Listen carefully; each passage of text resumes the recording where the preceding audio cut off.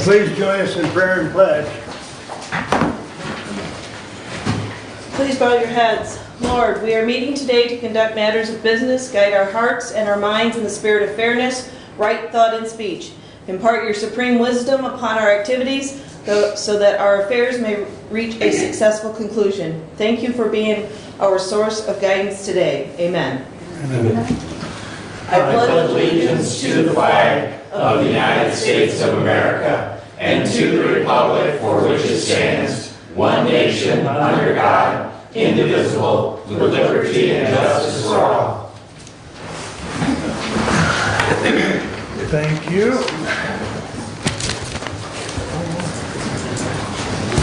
With that, we will have our first call out to the public.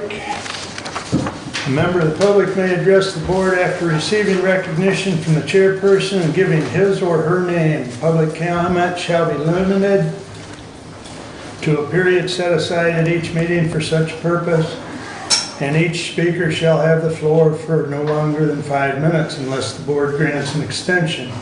Board Administrator Rules of Procedures and Bylaws 5.13-3, and we also ask that you be respectful. With that said, anyone wish to address us at this time? Kelly, I saw your hand go up first. All right, good morning, Kelly Mapes, Allen, Michigan. I just want to start out by saying I worked 30 years in the community. I put forth good work. I did good work for the people. Last week I had a huge Facebook blow up on my termination from the health department. So I want to start with an anonymous person put in a FOIA that wanted to investigate some allegations against Kelly Mapes that were disturbing. She's the one running for the candidate in District 3 County Commissioner. For public records of her employment, so that's what they got. Because she's buddies with Penny Swan, because people put my shit out there, they should have their shit put out there. That's the exact words. Darren Wisely is an idiot. I have people who will fight for you and take care of anything that could transpire in court. It's bigger than Lance and Company. This person wouldn't have asked to post something unless they were 100% legit. Corey Murray put forth received information as a letter to the editor and it was flagged as libel. True information, this person that was asked to post this said, was the information true? She said she wasn't putting forth anything to ruin a good person's name. She wanted to set the record straight. That was after it came back that she did a wrong thing and apologized. I was contacted by an HR person with a big company locally, and they said that the pre-disciplinary hearing letter was an investigative letter. Those are allegations. They were never tried or heard. So therefore, all of those allegations against me were untrue, and I have proof of that. That should not be in my permanent record either because I was on a medical leave, and so HIPAA was violated, but my medical leave, obviously I couldn't go in for pre-disciplinary hearings. So it went like this. While delivering a medical marijuana box to a local certification business in Coldwater, I found in the singlets that there was new boxes and a used box with a lock on it. I was shocked as it had a name and a signature and a date of receiving the box. I placed the box in my car after being told we can't take a box with drugs in it. I proceeded to text my boss, Alex Bergmusser, with concerns of illegal box with unknown substance. I was hysterical at that point. I've been part of two substance abuse coalitions since 2006, and I know the importance of not coming in contact with any illegal substance that can harm and even kill you. Alex suggested find the nearest receptacle and just dump it. I couldn't believe what I was hearing. I try hard to be something about safe disposal. And it was my moral obligation at this point, as the direction my boss was suggesting would put me in even more legal trouble. Can you imagine it? The health department employee dumping a known drug box with somebody's names that we've withheld drugs. That's kind of how the whole thing went. Nobody came to help me. I had to leave with the box in my car. I have an officer that's a friend that says if that's got fentanyl in it, and I now have it in my grandkids' car seats, it would kill me, right? So that's how that went. So the pre-disciplinary letter says absenteeism, without proper notification. I notified my boss and the health officer, Rebecca Burns, immediately. It was a Friday night at 5 o'clock. I had a 24-hour time period, but the office was closed, right? I didn't get the form until Monday. So I have to defend myself here because everyone's made me look bad. So willful disobedience, right? When I filled out the form in our personal policy manual, it didn't say what to do, so I mailed it to OSHA. That was who was on the form. I've never filed that out. Never ever have I filled anything out like that. And so I got making or publishing false statements. But I do have the notification from OSHA that they received my form. So that would also be false. And as far as my personal belongings or agency belongings, Darren wisely returned those because the environment was unsafe for me. So he returned all of the items. If there were items that weren't returned, they should have notified me. But they refused to give me all of my items, right? My dead grandmother's picture, my grandkids' pictures, my pop-up tent. About $3,500 worth of stuff. I had a Harley-Davidson leather coat sitting on my chair. Guess what? I never got that back either. And I'm okay with it because you just move on. And that's all I'm going to say. But for the record, those allegations were untrue. Thank you. Thank you. Anyone else? Joseph Hendy, City of Hillsdale. Board of Commissioners, thank you for this opportunity to speak this morning. I'd like to talk about the state's election records. State's election records have been FOIA'd. Does anyone have any idea why there are election data discrepancies with the state's FOIA election records? They don't match the counties. I believe Republican Fink's election records show he's been voting in Adams Township since 2009. He used to live right around the corner from me in the city of Hillsdale and didn't move to Adams Township until 2021. I don't believe he even moved to Hillsdale to run for our rep until 2016 or 2017. The state has a huge problem. That is fraud to me. Second, Kelly Mapes' personal records have been FOIA'd from BHSJ in an attempt to smear her.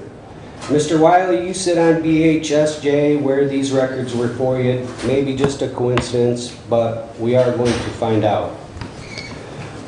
Third, thank you for posting the public notice in the proper place, which is this building, 33 McCullough Street, not 29 North Howell Street or First Circuit Court. And then also on the county lawsuits, those have to be acknowledged in the open. The details don't have to be talked about in the open, but they have to be acknowledged. Thank you. Thank you, Joe. Anyone else? Carla, good morning. Good morning. Good morning, Commissioners. I just want to bring to your attention the blanket employee fidelity and faithful performance coverage and subjects of coverage, Section 7. It says blanket employee's fidelity and faithful performance means loss of money, securities, or other personal property resulting from any fraudulent or dishonest acts committed by the members' employees, whether acting alone or in collusion with others, and shall mean the loss of money, securities, and other property resulting from the failure of any employee acting alone or in collusion with others to perform faithfulness of his or her duties or to account properly for all money. Let me bring to attention a hearing that happened on or around April 4th regarding the precinct delegates.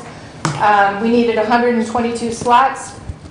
Marty Cass was there. She knew we needed 122 slots.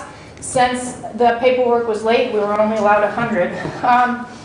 It was at that point where 24 precinct delegates turned in their applications and they were held for a month and a half after they were certified, signed by Abe or by Marnie, which are the only two in that office that are allowed to accept election paperwork, answer phone calls, or have anything to do with elections. So she knew faithfully that we needed those slots. Those paperwork were held as they were supposed to be, acted like they were her own paperwork. They were held and then they were removed. And all of a sudden more applications came in, and all of a sudden those are the ones that are on the delegate forms. Let me also bring to your attention affidavit of Benjamin Cotton, July 11, 2022.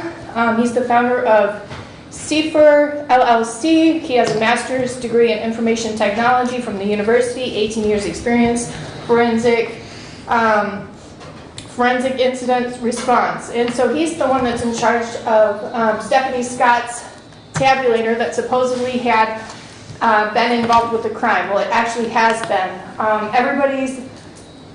We're supposed to hold on to their information for 22 months. I have a paper from Patrick Colbert. It came to his attention that Michigan clerks are authorizing the destruction of any election records except ballots. They appear to have been directed by someone they trust. What does this mean under U.S.C. Title 52, 20701? They must be preserved. All records and papers must be reserved. And guess what? There's discrepancies up to 11.5% inaccurate. I sent this information over to the sheriff on July 14th and I got a response. Can you arrest these clerks or when will people start arresting them? It is indeed a crime. Hotshire says that retention and preservation of records must be kept for 22 months. I also sent it to Andrew Fink and got no response on what he was going to do about this. Let me just read some information that I have here. President Trump sent out an executive order 13799, and this is an advisory commission of election integrity. The information that I read earlier on Patrick Colbert, he was hired by Donald Trump to do and just indeed that. So MCL 41.65, township clerk shall file and safely keep all certificates of oath and other papers. The other papers were sent in and destroyed. MCL 168.520, illegal or fraudulent registration, township clerk, powers and duties, assistance by police or sheriff. I believe with 2022 election alone, she has committed crimes against precinct delegates and the Republican Party. Let me just read section 168.941, peace officer's duty to institute proceedings. It is hereby made the duty of any police, sheriff, or other peace officer present or having knowledge of violation of the preservations of this act forthwith institute criminal proceedings. I would like Sheriff Hotshire to announce to me why he has not instituted an investigation into the crimes that I have submitted to him. And I am asking all of these people to step down, and I'm asking the Attorney General under 168.940 her duty to prosecute. It is hereby made the duty of every prosecuting attorney, whether he received credible information that any such events be committed, has cause to be prosecuted. So I'm asking you why the clerk hasn't stepped in, why the sheriff hasn't stepped in, and if you will call the Attorney General for me, because I will be calling her. Thank you. Any other public comment at this time? Please. Morning, Commissioners. I'm Jenny Leininger, Hillsdale Conservation District. Just wanted to give you an update. We had our tire drive. It went excellent. We had over 8,000 tires that were disposed of. We had about 340 residents that actually signed up for the tire drive last week. Give huge props to the Hillsdale Sheriff's Department. They came out with inmates and helped us out with the actual disposal, loading semi-tires, passenger tires. And then the road commissions was amazing. They brought a loader out for us and helped us, had no issues. It was a great 2 days. So, just wanted to say thank you. Thank you. Any questions? Thanks, Jenny. Yep. Any other public comment? Mr. Lees. Robert Eichler, Scipio Township. Thank you and good morning to you all.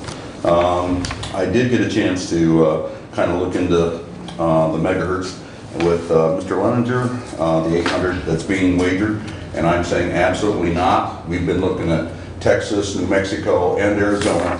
These things do not cost us $2 million. This is an outrage for the public to even pay this amount between now and 10 years. The other is a senior center. It should be self-sufficient by now. We paid 20 years into this. We shouldn't be paying anymore. It's got to stop. So people, hopefully, we can now kind of readjust that, come back into November. Maybe we can get a better price, you know. I think at 28 cents is a good price, 0.28 if you want. Whatever way you want to discuss it.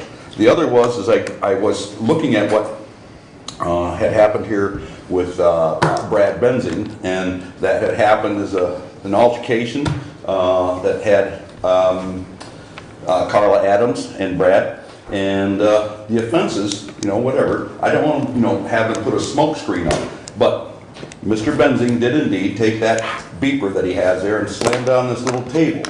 And, yes, sir. Let me interject. Yes, sir. That is an ongoing case that's already been in the newspaper. It's in the court, so we're not to discuss that, if you would, please. I have not been called for any witnessing. I understand that, but I would just assume that it not be discussed in this room. So I'm just asking your courtesy on that, if you would, please. I'll do that. Thank you. Anyway, I guess the other is I was looking at what the value was of the property that supposedly has been purchased out here, that 19 or 18.6 acres or something like that. And then I was looking at the driveway, and I still haven't gotten that. I went down to Marnie to see about the who got the permit to widen the driveway, and I understand now it's under ISD, but then that goes back to the county to see that they were able to do that, but they didn't have anything that allowed me to get that permit, so I'm trying to find out where and who's got that. And then the drive that I was really concerned about is, are we gonna go all the way to Hallett, or are we gonna just have this one building supposedly that's going to be put up? And I agree, if it is put in, a 25 miles an hour going across there is perfect. It would help, the 2 or 5 mile around trip stuff, all the way around. I think it's a great idea, but I don't think at the expense of the public should put that in. And I think we need to use the ARPA money, more or less, to pay for any of these towers. I'll end it with that. Thank you, Mark. Thank you, sir. Any other public comment? We will have another one at the end of the meeting. Thank you. Moving along, consent agenda. I would like to pull 22097 down and put it underneath. Doug?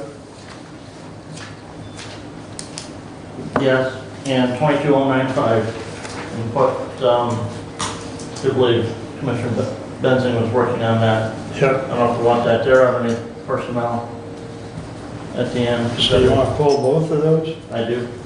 Okay. And there is a sub at your station for 097. Mm-hmm. 195 goes where? Under Brad. Okay. Well, the only thing left in consent agenda is the meeting minutes. Is there any changes? I would move, we approve the consent agenda with those amendments. Support. Thank you. Any other further discussion? Hearing none, all those in favor signify by saying aye. Aye. Opposed, same sign. Thank you. Correspondence is listed. Any comments on correspondence?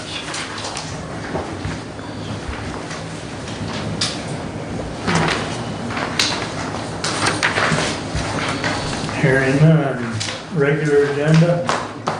Move to approve. With the additions and also a closed session for negotiation strategy after the management and personnel report. Correct. After item E, before the final public comment, there will be a closed session for labor negotiation discussions. You support that, Kathy? I do. Thank you. Any other discussion? All in favor, signify by saying aye. Aye. Opposed, same sign. All right, moving on with our regular agenda. Doug, I believe you're up, sir. All right.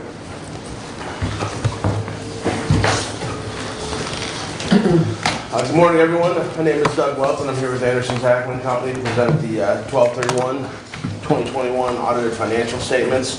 I'd like to start by discussing the audit opinion. The audit opinion is a primary objective of an audit. There's 3 forms of audit opinion. There's a disclaimer of opinion, which would be that Essentially, we found the financial statements inaccurate to the point we wouldn't place an opinion on them. A modified or qualified opinion, which would be that we felt the financial statements were true and accurate with the exception of a particular item, in which we would actually specifically denote in the opinion, or an unmodified or unqualified opinion, which is that we find the financial statements are true and accurate in all material respects. The county received an unmodified opinion, again, that is the highest form of audit opinion, meaning we feel the financial statements are true and accurate in all material respects. Any questions on the opinion? Then I wanted to just jump into the graph presentation I believe got handed out to you this morning.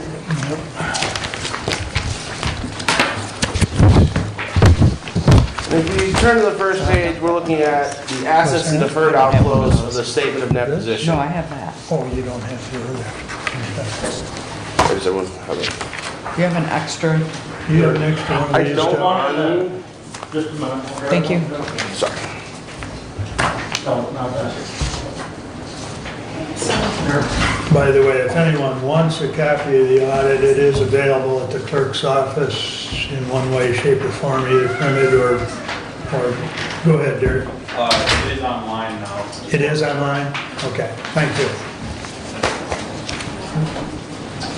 Thank you, Brad. All right, please continue, Derek. Yep.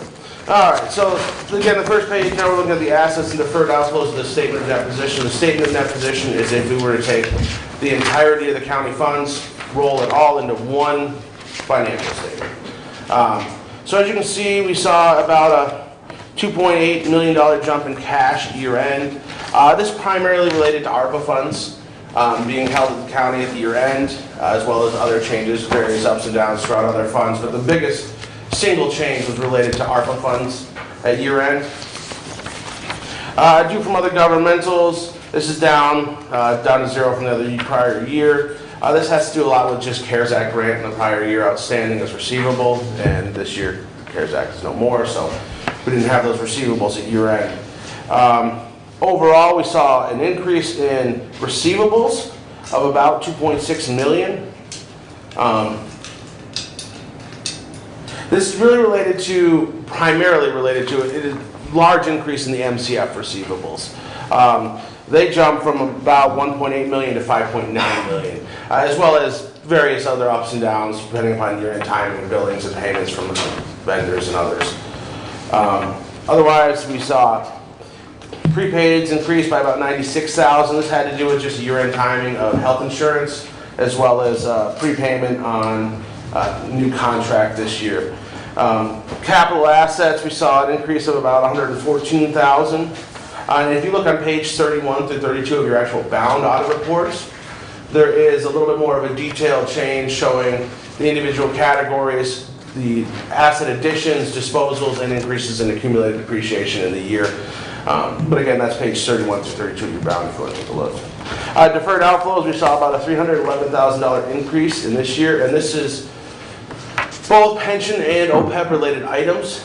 And these are, again, outlined on page 41 and 47 of your audit report, and they denote the individual items that make this up. So there's difference in expectations of earnings versus actual earnings, changes in assumptions by the actuaries, and experience changes comparatively to assumptions. So those are amortized over service lives of the individual members or over a particular period. Investments are always, investments for the MERS pension are amortized over a 5-year period. They call it an asset soothing period so that you don't have a large impact in an individual spike in the market year or decrease in the market year. They smooth it over a 5-year period, so it's put into a deferred inflow or outflow depending upon exceeding expectations or not meeting expectations, and then expensed or gained as revenue over that period. Again, just to try and reduce the impact of large individual year swings. And same thing with the assumption and experience changes. Those are usually expensed over the service life of the average member though. So that's usually somewhere in the tune of 4 to 7 years. I can't remember offhand what the asset soothing period was what the assumption and experience period was. I believe it was 4 years for Hillsdale, but I'm not 100% on that.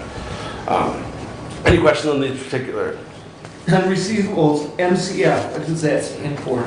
Medical care facility. Got it. Sorry. Thank you. Yep.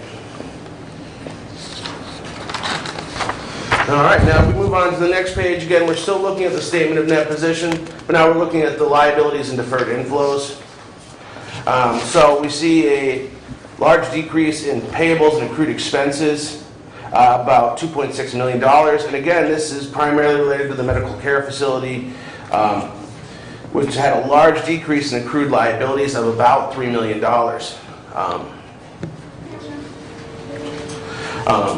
Otherwise, we saw a large increase in unearned revenues, nearly $4 million, and this is directly related to the ARPA funds. So the cash left at year end of the ARPA funds is deferred revenues because we don't recognize the revenues until we incur the expenses on those grants.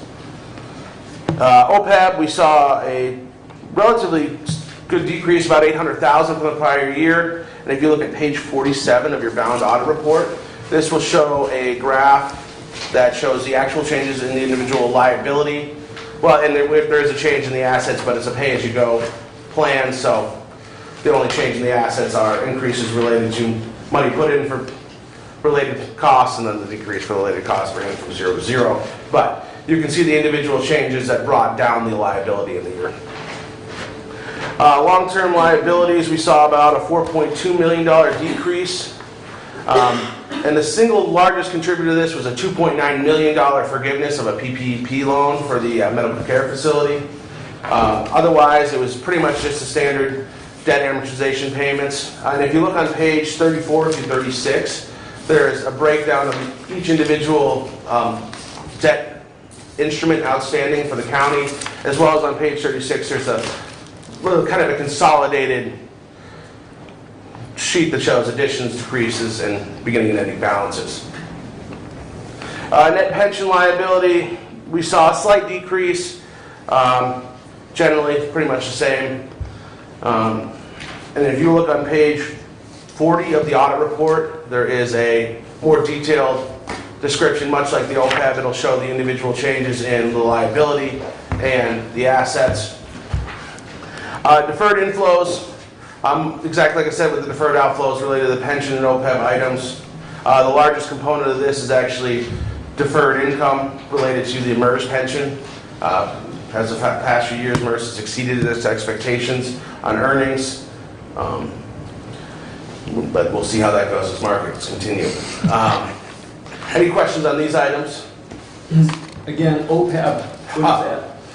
Other post-employment benefits. Okay, thank you. Yep. So that's retiree healthcare. Is it worth pointing out here that we have discussed this at the commissioner level, and that has to do with the retiree health insurance out of the sheriff's department, correct? Yes. And that even though it's showing a $1.1 million liability, our argument is that it's really not that large because they don't tend to take it due to the costs. And that's what we set up the trust for, because we had to, and we've contributed money to that trust. Okay, just kind of wanted to point that out. Thank you. Any? Go ahead, Derek. One clarification, we have not actually sent money to the trust yet, but the vehicle is there and we expect to contribute, I can't remember the number, the normal cost of 2022 to the OPEB this year. So, Doug mentioned it's pay-as-you-go, that's how we have operated. The state has kind of forced us to fund them at a normal cost level going forward. That was around $9,600 if I remember, Derek. Plus the other $13,000 that we have to. That's the premium that we'll pay on the 2 retirees currently enrolled in health insurance, but that amount won't be contributed to the trust. So I'll clarify to Derek's point. It was PA 202 or 207 of 2002 or that created the funding requirements. So there was the funding requirements. They said you needed to reach 60% funded on your OPEB, and they want you to meet your what's called your annual required contribution. That's based off your actuarial determined contribution. So you pay for your actuary every 2 years. They amortize what's outstanding over a 30-year period plus the normal cost, which is really the retirement cost you actually carry on. Derek was saying, I think it said 19,000-ish or 13,000 was it?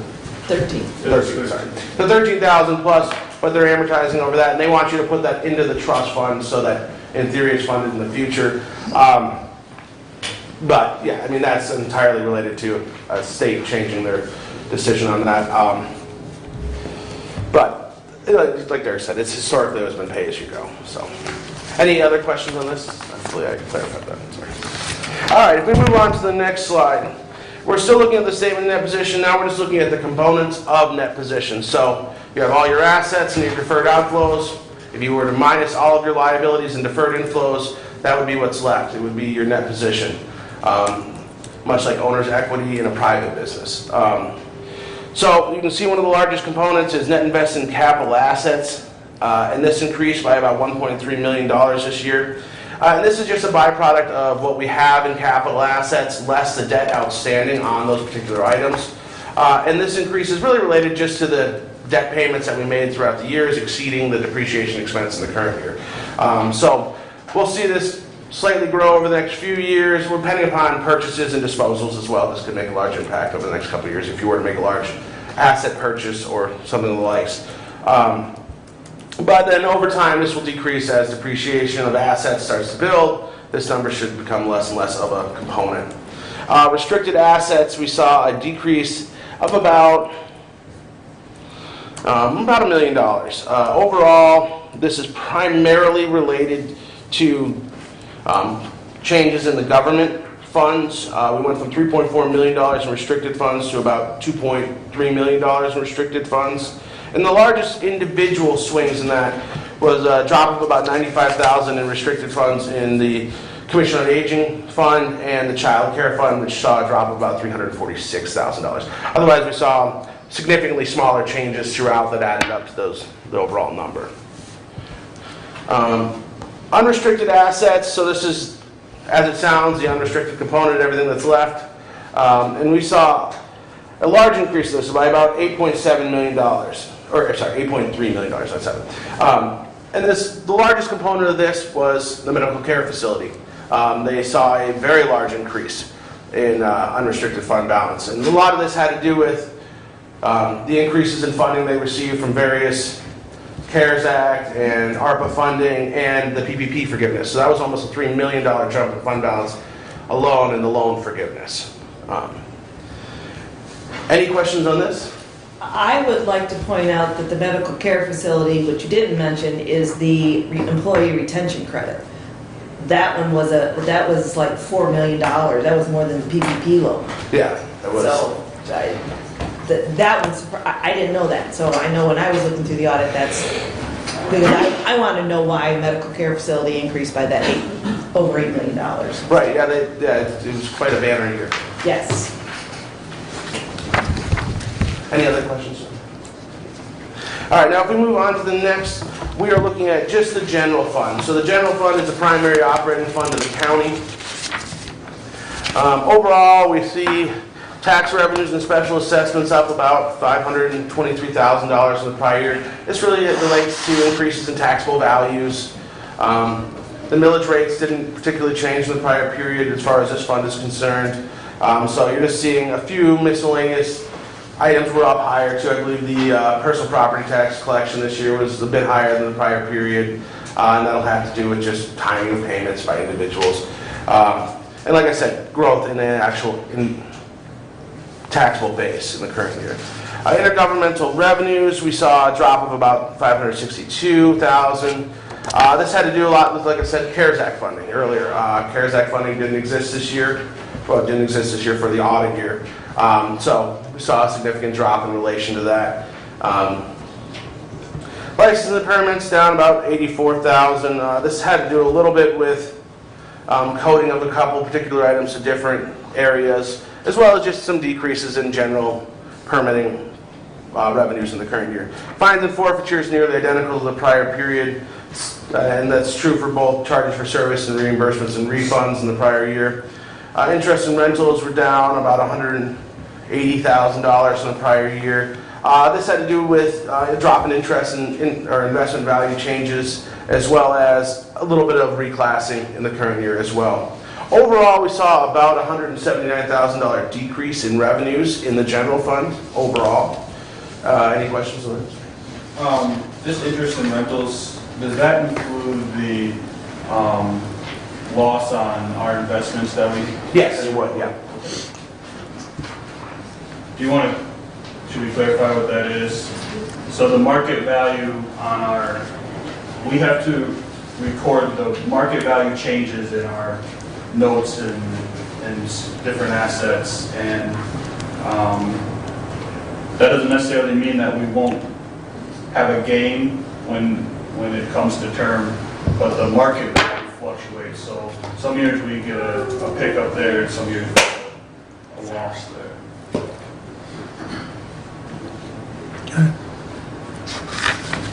Continue. All right, now if we move on to the next slide, we're looking at, again, the general fund, but now we're looking at the expenditure side. I mean, overall, essentially, we were about status quo with the prior year. There was no substantial changes from the prior year. We saw a slight increase in capital outlay. That was one of the larger individual changes as a percentage, and that'll swing drastically year to year depending upon the capital items that are budgeted and purchased by the county. Overall, we saw about a $250,000 increase in expenditures. So again, fairly comparable to prior year. We're talking about a 4% increase in overall expenses over the previous year. Any questions on these items? Now, if we move on to the next slide, we're looking at governmental funds revenue analysis of the 2 years. So this is including the general fund, but all other special revenues, capital projects, and debt service type funds. First of all, I want to point out that this graph, I noticed this after I sent it to, unfortunately, Derek, is incorrect on the tax revenue line. The tax revenue actually should have gone up this year overall. It did not go down. That's a misnomer. And that is primarily related to the fact there's $1.3 million in intergovernmental revenues that should have been classed as taxes on this graph. And that had to do with the EMS tax millage that for some reason went into that on here. And other revenues, $600,000 went into other revenues. That was the mental health. Overall, if you add those items back in, we're at a little over $11.3 million. So there was a growth in tax revenue, not a decrease. So I do want to clarify that. I unfortunately noticed that after I sent the graphs out. Intergovernmental revenues, there was a slight decrease this year. Had to do with reductions in a few different grants, CARES Act again, as well as a few other various, but CARES Act was the largest individual drop in grant revenue. Licenses and permits down a bit, and again related primarily, like I was saying, in the general fund to some decreases in permit revenues, as well as some reclassifications in the current year. Contributions, so this would be local contributions or donations from private sources, are about identical to the prior year. Fines and forfeitures, again, similar. Charges for services up slightly, but fairly similar to the prior period. Refunds and reimbursements, nearly identical. Interest and rents, down a bit. And again, as Derek was saying, this related to some market effects of the current year. Investments, as well as a little bit of reclassification. Other revenues actually is very comparable to the prior year if you take out the $600,000 that I was talking about related to the mental health, and that goes into taxes. So again, I'm sorry about that graph. Any questions on this item? All right. May I ask where the 1.3 million shows up then? That it wasn't in taxes? intergovernmental revenues. So that would be even lower then? Yes, yeah. So we lost, like I said, I think CARES Act funding alone was nearly $700,000 last year. And then there were a few other grants. I mean, unfortunately, some state and federal grants are around this year and gone next year. I mean, you have your very good staples that are consistent, but there are some that just pop up that are just one-time grants. Not a reason not to take them, but you know, the expectation is they just won't be here next year. Right, and if the ARPA money would have been recognized as revenue, that would have went. Yeah, so we have $4 million deferred that could have swung this number extremely higher. Can I add one thing? So that number also plays into whether we're required to have a single audit or not. And you probably were going to touch on it, but we did not meet the threshold to have a single audit this year. Last year, we were significantly over it due to there was the CARES Act and the CDBG coronavirus response were the two biggest factors that went away. So just FYI, also, I believe one of our drug courts grant ended, and then there was a lapse before the new one started, so there was a timing issue there as well. But next year, I would fully expect us to be back in that single audit threshold. So just FYI. And that threshold that he's referring to is $750,000 a year in federal expenditures. Not federal income, which is. Not federal income, expenditures, yep. Yeah. All right, any other questions on this graph? Now, if we move on to the next page, we were looking at the governmental funds again, but now we're looking at expenditures. And much like the general fund, we don't see a lot of significant changes from the prior period. Overall, we saw about a $1.4 million increase. And the largest individual item is about an $800,000 increase in capital outlay.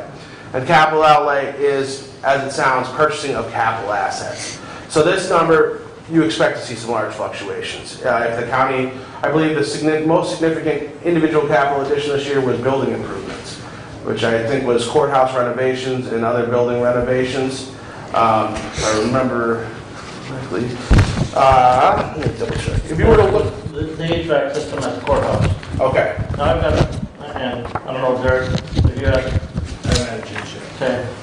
Why are the $800,000+ that are drain spent on a drain overhaul not included in that capital outlay? Because the drain is considered a component unit of the county, so it won't be a governmental fund. Okay, all right.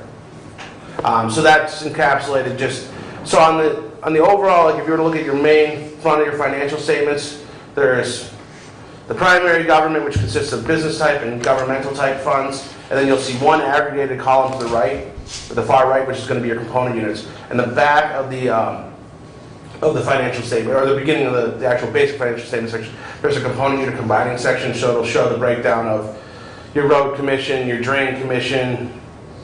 I know I'm forgetting one. Medical care? No, medical care facility is actually a governmental fund for it. Right. Yeah. Oh, it is? Okay, so those two. And then if you actually look at the very back, because the drain commission doesn't get the road commission has its own individual audit, so there's no individual fund statements, but if you look at the very back, there's a combining statement that shows all the individual drain activity, and then how it consolidates to the front statements. But that's where that information would be included in. Right. I wanted that clarification because you got medical care facility included in this, but not the drain. Right, yeah, because medical care facility comes in as a special revenue fund of the county. The drain commission, just by state statute, is considered a component unit. Okay. Any other?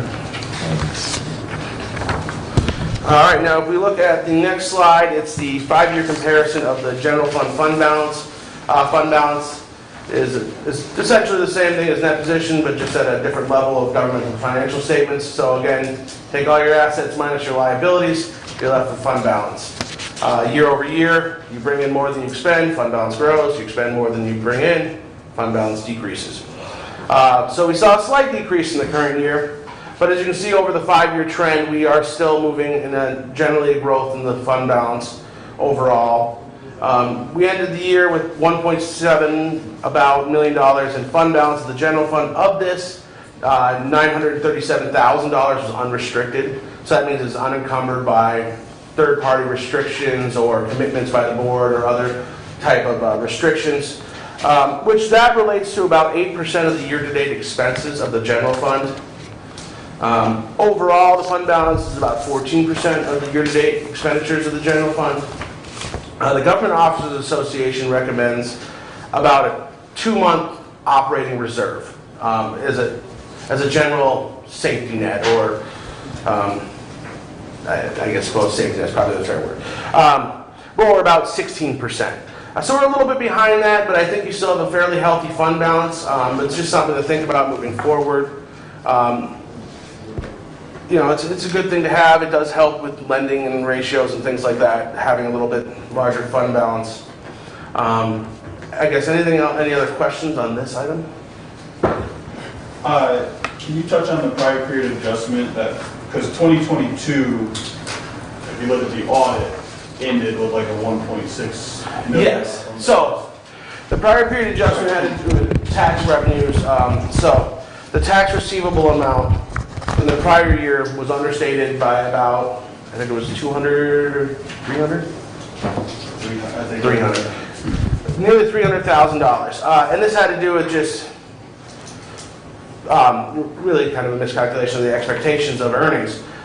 So because it really had revenues that were earned in this year that should have been recognized last year as receivables, we do what's called a prior period adjustment.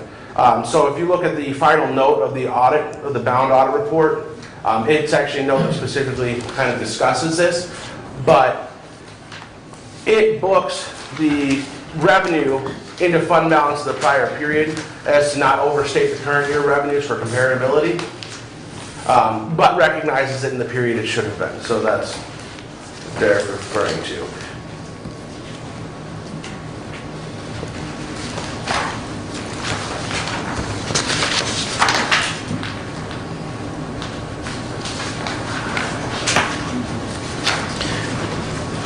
Doug, what, in a dollar amount, let me back up to the fund balance.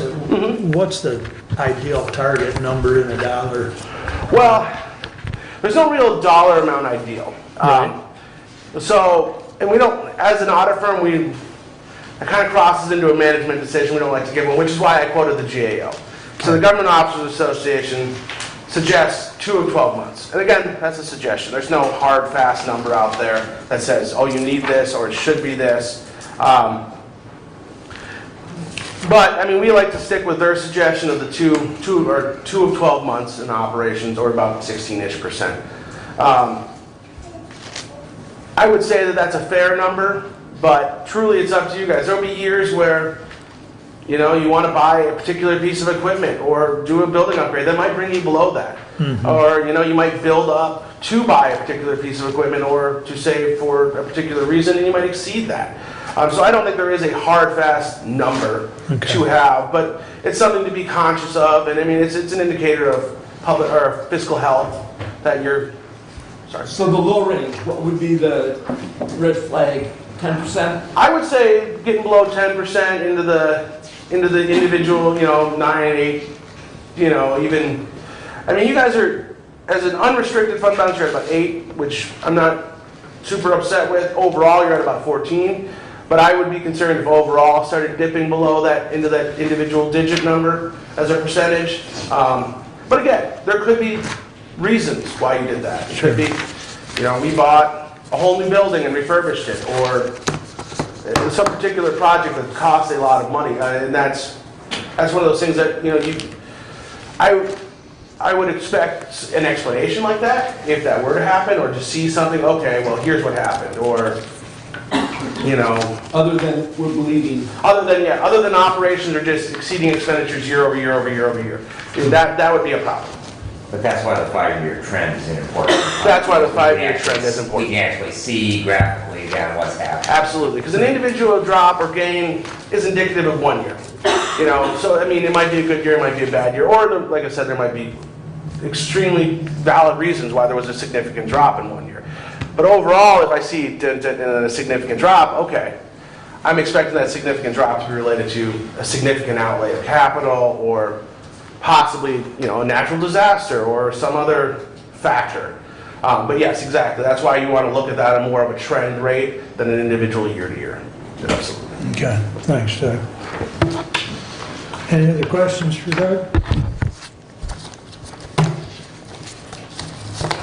You got one? I'm not sure my question is an auditor question or an internal question, but on our report, we have corrected and uncorrected statements, and I wonder, do we address some of those questions now, or do we look internally for some of those questions?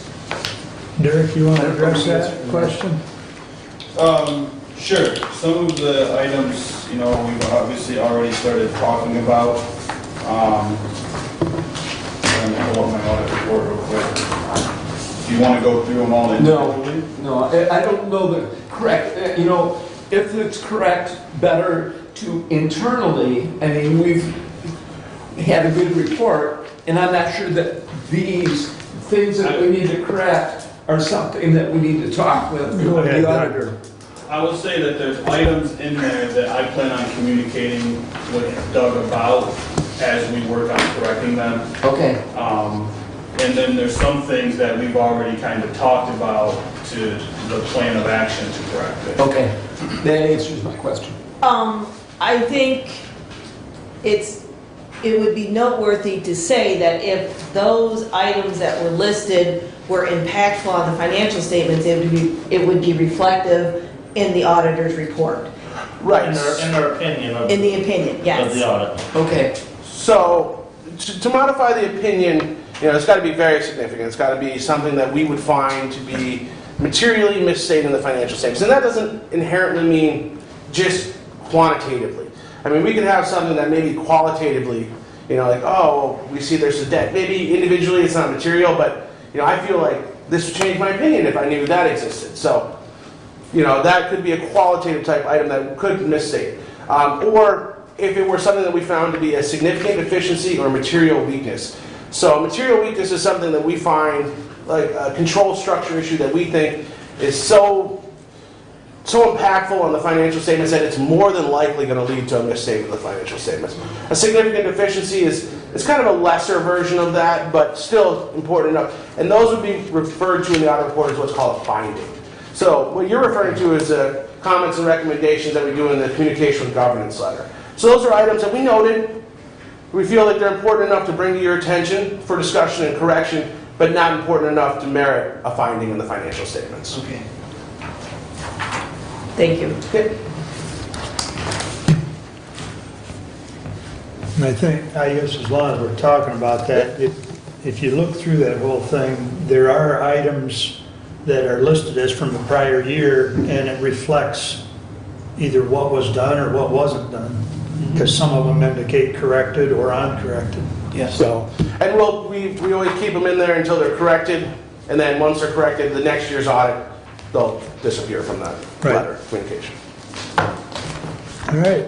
Anything else? Brad? Brent? Doug? Kathy? Very good, sir. All right, well, thank you for your time. If you guys do come up with additional questions, feel free to reach out to me. Give me a call or an email. Derek has all my contact information. Sounds good. All right, thank you. All right. Doug, is your gentleman here from Renaissance? And I see Randy stepped out. Randy's So they standing just right outside there. I the don't door? know if maybe he's talking to the person or... Mr. Chairman, Yes, sir. we need a motion to accept the audit as presented and place on file. It would be a good idea. I was so moved, but do we want to wait for Brent to return? Yeah, that's fine. Okay. Yeah. All right. I would move to accept the audit and place it on file. Support. All in favor, signify by saying aye. Aye. Opposed? Same sign. Motion carries. Thank you for that, Brent. All right. You're up, young man. All right. I have two individuals here from Renaissance Restoration to talk to you about the courthouse and what they found out as far as the study went. And first of all, we got Mr. Brian right here. We'll let him start. Brian Lockey, this is Jake Variagan. How's everybody doing? So Randy said that he shared the reports with you of what we found. Part of when we signed on to do the roof was an existing conditions report on the rest of the building. So that's what you're looking at right there. It's a 115-year-old building. It's got some issues. The main issue that we found were the entire copper dome from basically the bell tower up. It needs to be replaced. Structurally, it's okay, there's some masonry issue, but all of your masonry issues are coming from that copper dome and that structure there. That's where water gets in. If you went up there at night, I said to Randy, it looked like you were looking at a planetarium. All you see are little pinholes of light coming through, so not ideal. It's been neglected for decades, not years. There have been a couple Band-Aids put on it, but you're putting Band-Aids on a flesh wound at this point. Every time you pound, here, you're shaking something loose over there. It's just beyond the point of being able to be repaired in small batches. The numbers we have there, we were asked to present budget numbers. Those are the if everything goes wrong price, if you will. We believe that there will be some opportunity savings if you do it in conjunction with other parts of the project. As you piecemeal it, you're probably going to pay an extra 25% to do the dome, then the cornice, then the masonry, just to get remobilized, set back up, and it's going to stretch it out over the course of years instead of months. If you look at the first tab are the pictures that identify all the parts of the bell tower, I guess, with some aerial photos. All of the white metal, if you will, is some type of a turn metal that they used often back when this was constructed. The copper is, if you will, the most noble or the most powerful metal. When those two get together, the copper wins, and that's why you're seeing all that rust on that turn metal. In theory, the best practices say you use copper for all of it. You can paint the copper if you want to keep the white look, but that's what's causing all of that corrosion is the bleed off from the copper is rusting out that metal underneath.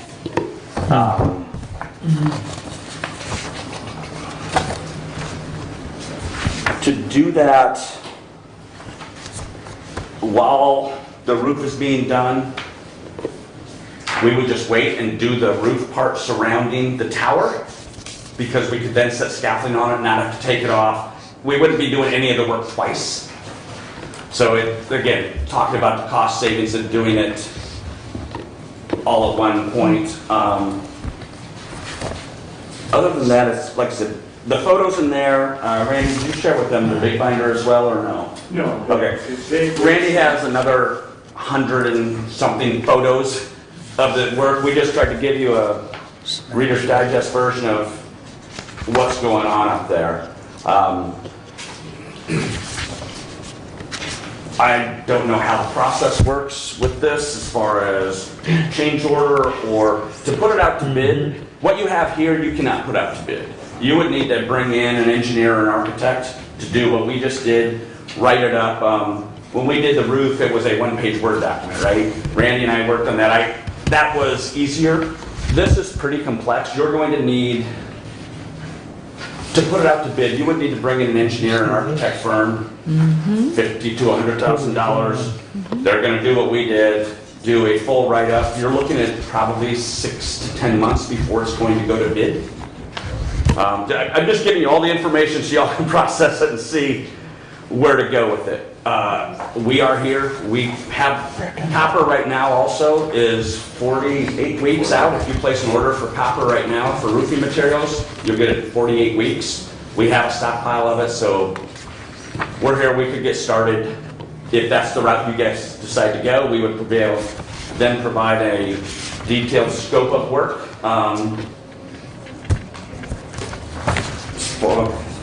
You want to go on to masonry next, and then we'll do questions and talk about it. Yeah, So as far as your masonry, that first picture at the clock level, I'll just go through the photos from the beginning, I guess, once we get back to masonry here, so make it easy for everybody. Right there. So right, your clock level right there.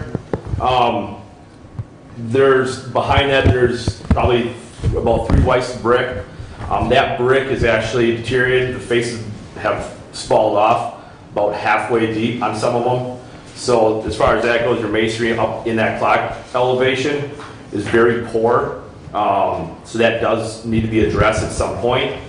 The stone around that whole center structure has falls on it. It's starting to deteriorate, fall apart, fall onto the roof. If you go up on the roof right now, you can see, there's pieces of stone on your roof. The flat roof up there, we actually looked at that. That's in fairly good shape. There's evidence in the inside underneath that flat roof of some water leakage. You can see that fluorescence coming through the brick. So there is some. It's not deteriorated really, really bad, so I don't think it's bad enough to take down. I'll put it that way. We can repair it in kind right where it's at.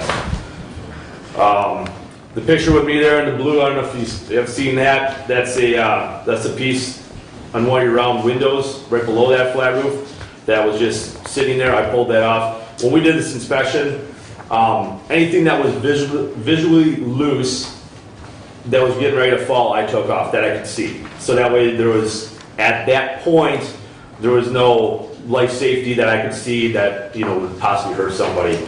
However, there's a lot of stuff. Randy, I think I showed you on the stone on the ground. When you tap on these stones, you don't see anything wrong with the stone whatsoever, but you can hear it. It's hollow inside. I can show anybody that. It's very hard to see. Which is one of our big concerns, right, is if we can walk up and touch it and pull out a chunk, the public safety issue of it, of what time it falls, who it falls on, how it falls, it's not going to get better. Fixing the copper dome will, in our opinion, keep it where it is. Because we think that's what's causing most of the masonry issues, is all that water leaking in. We can stop that leaking. This still needs to be addressed, but I think we can keep it from getting worse right now. Yeah.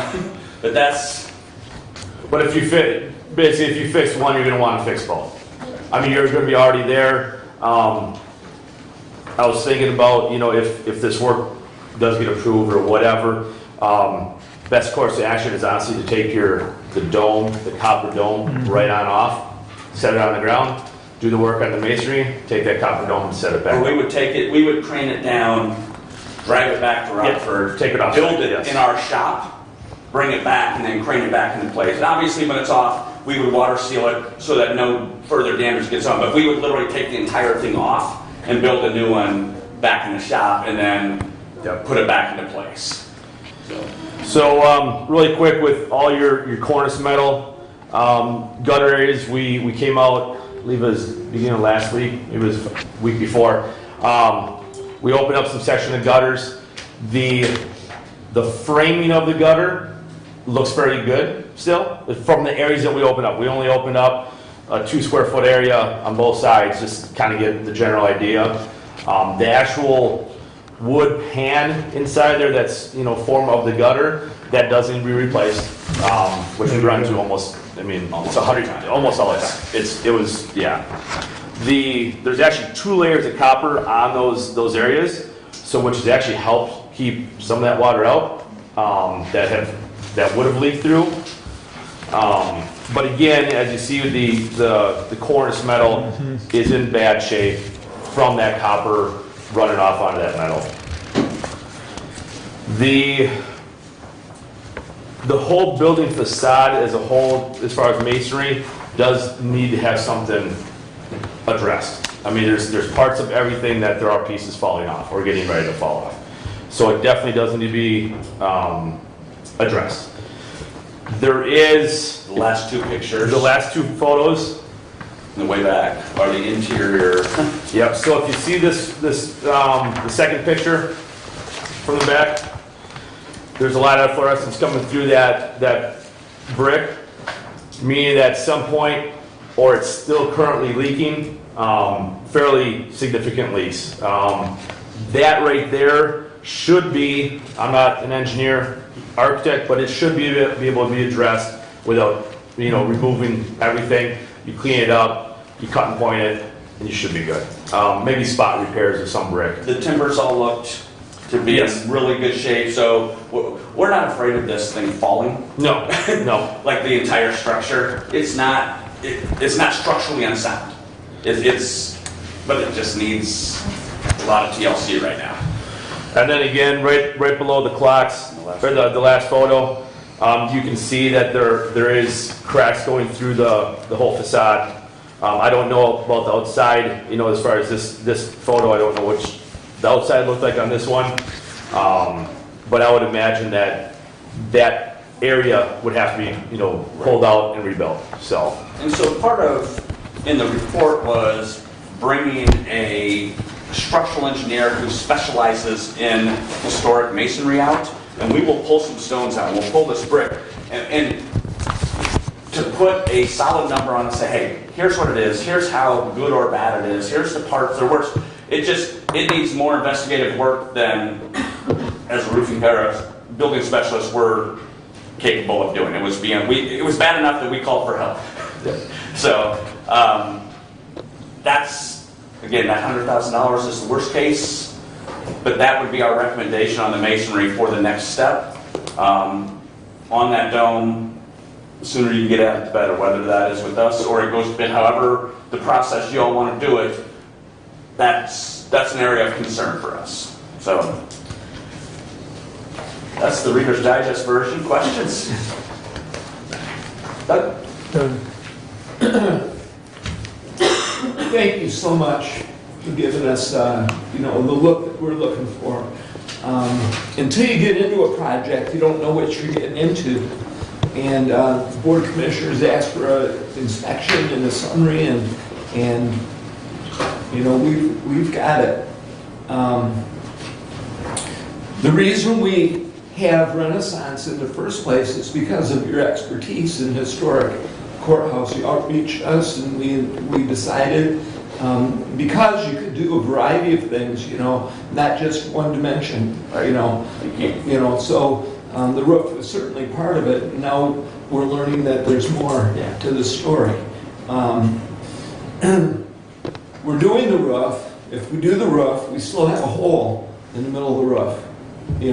Can we just eliminate that, plywood it, and clay tile and not worry about that, what's above it, When I mentioned that to my wife, she started throwing things at me.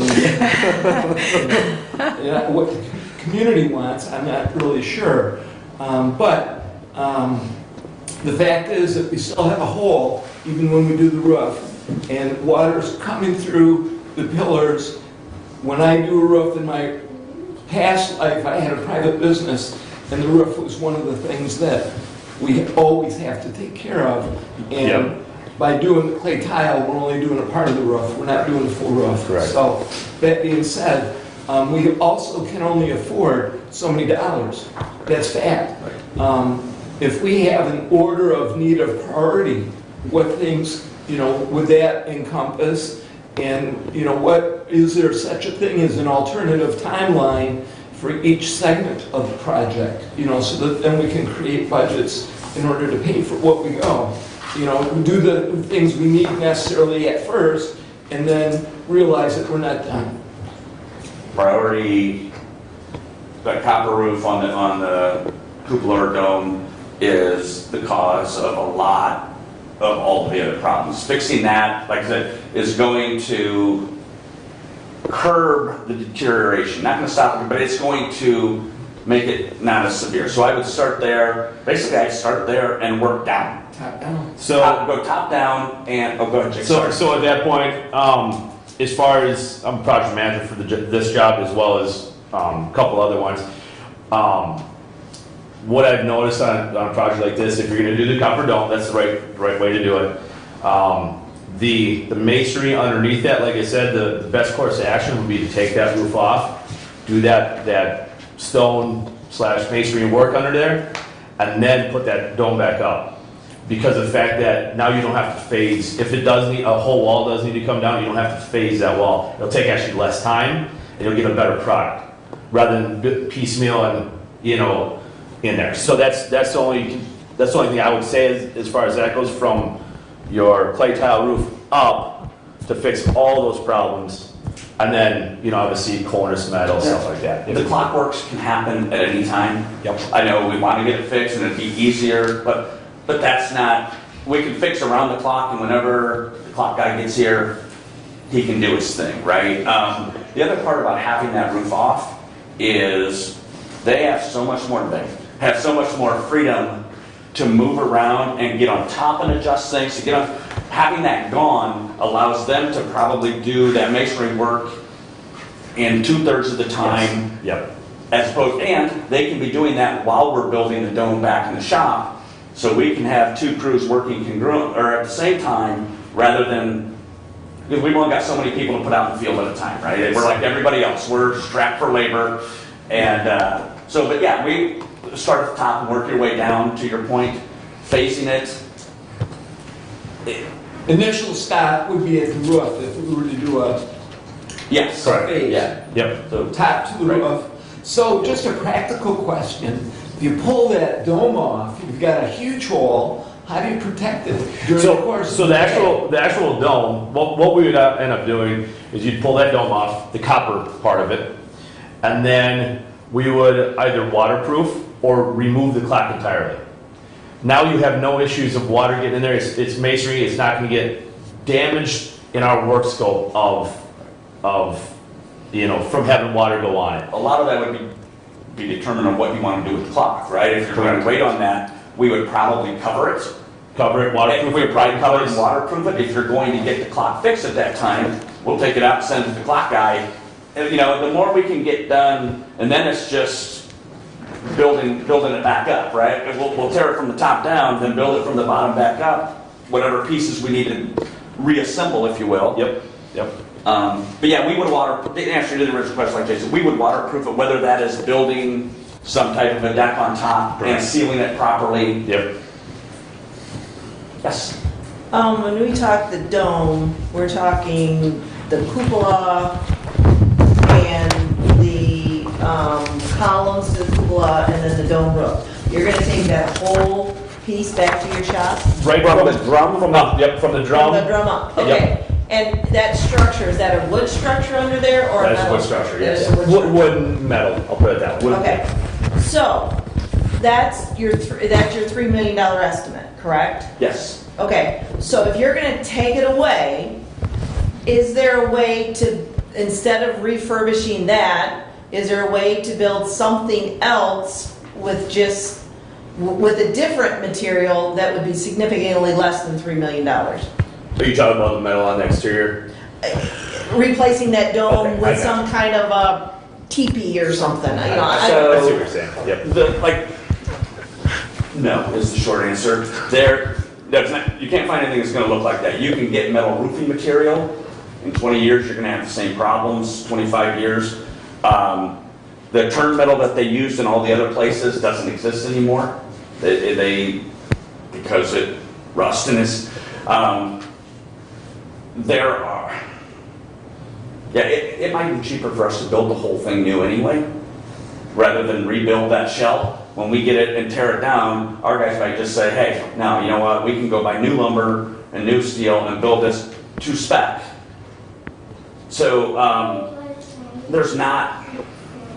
no, is the answer to your question. There's nothing that will last 100 years. Other than copper, and it's a very hard product to make look like that. That's the other thing. We can build something. If you want us, we could redesign something out of a roofing metal that will have a similar shape. There's nothing to do with that other than copper to make it look like that. It's so flexible. It's so easy to work with as far as making these curves and doing all that. Yeah. And that's. Do you think there's 2,000 tiles up there? Yeah. There's probably 2,000 individual pieces of copper up there. We could look at other ways of doing it with copper that have a similar look, that may just be pressed and done. As one sheet? Or some type More like a some type of alternative thing that gives a similar appearance made out of copper. And we've got all those machines at the shop to do it all. So and our guys it's scary how good they are. It's really, really fun to watch them work. It's like watching an artist, to be honest with you. But yeah, so the answer, I don't know if there's other options other than copper, but there are ways to engineer this, so if there's cost savings, we will find them for you. So, back to my question is that's a two-level situation. To me, it looks expensive to retool. So could you do just some kind of a dome or a teepee kind of thing? Also different. Simplify it. Different than this. Yes, simplify it for a whole lot less money. The issue with that would be that this building's on the National Historic Register. Okay, what So, does that mean for us? If you try, might not let us. Yeah. We would submit it and they would say no. They would say, if you're fixing this, you have to fix it in kind, as close in kind as possible, and they know that that's doable. So do they have money to help there are replicate grants. this stuff? there are grants. There are but grants. It's So I've tried to follow that path a little bit, and I'm not having a lot of luck. I talked to our NCSC guy, and you know, if you had any information on grant, I will. My point 4 that I have here is other funding options. So let me look into that. Actually, I have another project up in Wisconsin that's going through the same thing. I can share with Randy, and then it's not going to be the same people that you'll have to talk to, but I can get you the right avenues of people to talk to. We'll come up with some help on that, or at least who to talk to, or how to get to where you need to be. There are grants available. It's interesting, right? Sometimes we've got some money available, and that some money is $1 million. Sometimes they say we've got a ton of money available, and then it's 80,000. Yeah. So they speak a different language math-wise than I'm familiar with. So So that path for us would be desirable. Well, even if it's $80,000, it's still. We'll walk that path with you. We'll help you navigate that. Definitely. Because we deal with these people all day, every day. So Can you give us some kind of an estimate to simplify a different type of topper for that tower system? Because to me, the argument is we only have so many dollars. Right. And to the Historic Preservation Society, whatever you call them, to me, the argument is, well, we can afford this. It's not exactly the same, but it keeps us in the courthouse. Because at some point, it's so many dollars that you just walk away from the courthouse. Sure. And I don't think that's what we want to do. And if putting something else is going to be 2.8 million versus 3 million, then you redo what we have.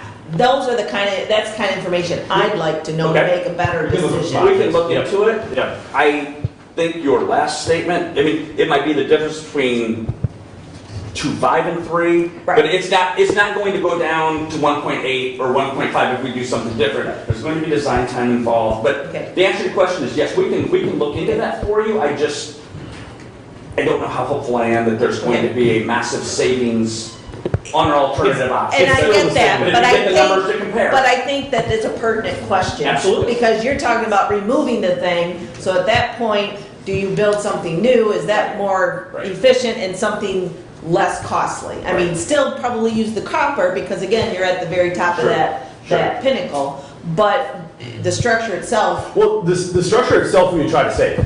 Right. So everything in that structure, as far as framing, we try to save. If there's pieces that need to be replaced and stuff like that, we'd obviously rebuild it, or those sections. So yes, we'll look into that. We'll come up with some alternative solutions, or just say, hey, we looked into it. Not there. It's 5%. Yeah. Or 7% or whatever the difference is, then you can make a decision based on that. Is that fair? Yes, Perfect. that's fair. Perfect. So then my next question is when you say that the copper and the metal, or the copper's creating the metal to rust and corrode, what's the fix for that? Replace it with all copper. Yep. Say that, so you would put copper over all the metal? Right now, the cost of that other metal or what's available is the same as copper. So there's no cost savings on the materials.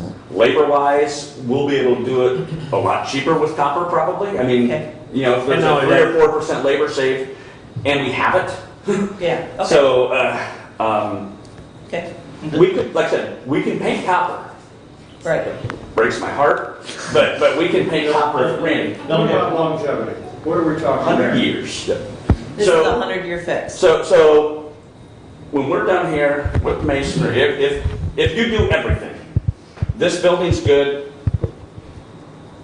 through 21, 25. As far as Would that be that roofing structure correct? from the bell tower on. Clay tile, you've got probably another 75. That clay tile, that's when we first started talking, Randy's like, we're gonna put a new roof. I'm like, buddy, you don't need a new roof. I can save you $250,000, pull this off, put this up, this stuff's in perfect shape. So, Then again, with that saying of 100-year fix, that is still, maintenance is required on this building. right, So that's what happened in the last 40, 50 years. right, here's the neglect. Neglect, people just put a Band-Aid on it, hey, it'll be fine. Maybe it's, the wrong kind of mortar they put in, whatever it is, and then it makes it worse. But by maintenance, we're not saying we're out here every 6 months. We're saying every 5 to 10 years, schedule a time for us to come up here for 2 or 3 days, like we just did, and say, okay, here's where we are, and then you're going to have that $20,000, $50,000 fix to make everything good to go for another 5 or 10 or but 15 years. They did none of those $5,000 to $25,000 fixes for the last 50 years. Yeah. All of these estimates encompass doing all of that work from the bell tower on up when you have the tile roof off, so you can build your scaffolding and not have to worry about damage to the tile. Correct, and that's what we wanted. We That wanted to would do. Yes. No. Actually, no. These budgets are if you did them from scratch. If you decide to do it now, we will come back with a detailed scope of work and a price that's probably going to be a little bit less than that. We gave you worst case scenario on everything. That way, it's a lot easier to say, hey, it was $3 million, we're only going to spend $2.5 million, than say, hey, we told you $3 million, but it's $3.2 million, right? They'll say this, and this also includes a budget for scaffolding to access the work, and then some of them are, scaffolding already in place. So, the scaffolding would be in place for everything on the tower. So when it says scaffolding in place, that's assuming you're going to do all the tower work at one time. Everything in there is independent of the actual clay tile roof. All right. So, again, if you decide to do it while that roof is torn open, again, there's going to be some cost savings from there as well. And basically, we wouldn't want to put our scaffold on a new roof. Yeah. We wouldn't want to do that. I wouldn't want you to. We would not, it's not ideal, I'll put it that way. It's been done before because, you get into it and all of a sudden it's like, okay, well, now we gotta put scaffold up. It can be done, it's not the way to do it though. So, Along those lines of the sequencing of it, I was just talking to Randy, every good contractor is booked in every industry, as you know. So if you try to get anything done, we're here, we won't pull our guys off of it if we decide to move forward with this. If not, we just signed a contract, we told them we'll be out April 1st to do their courthouse. So that's, you're looking, if you put it out to bid or do anything that involves getting the engineers, all that, you're looking at April to June, which means we'll be done with the roof. So next summer, it's going to be surrounded by scaffolding again. And then the summer after that, it's going to be surrounded by, you're going to have 5 years of disruption at the courthouse by not doing it in one piece. You mentioned the timeline on copper.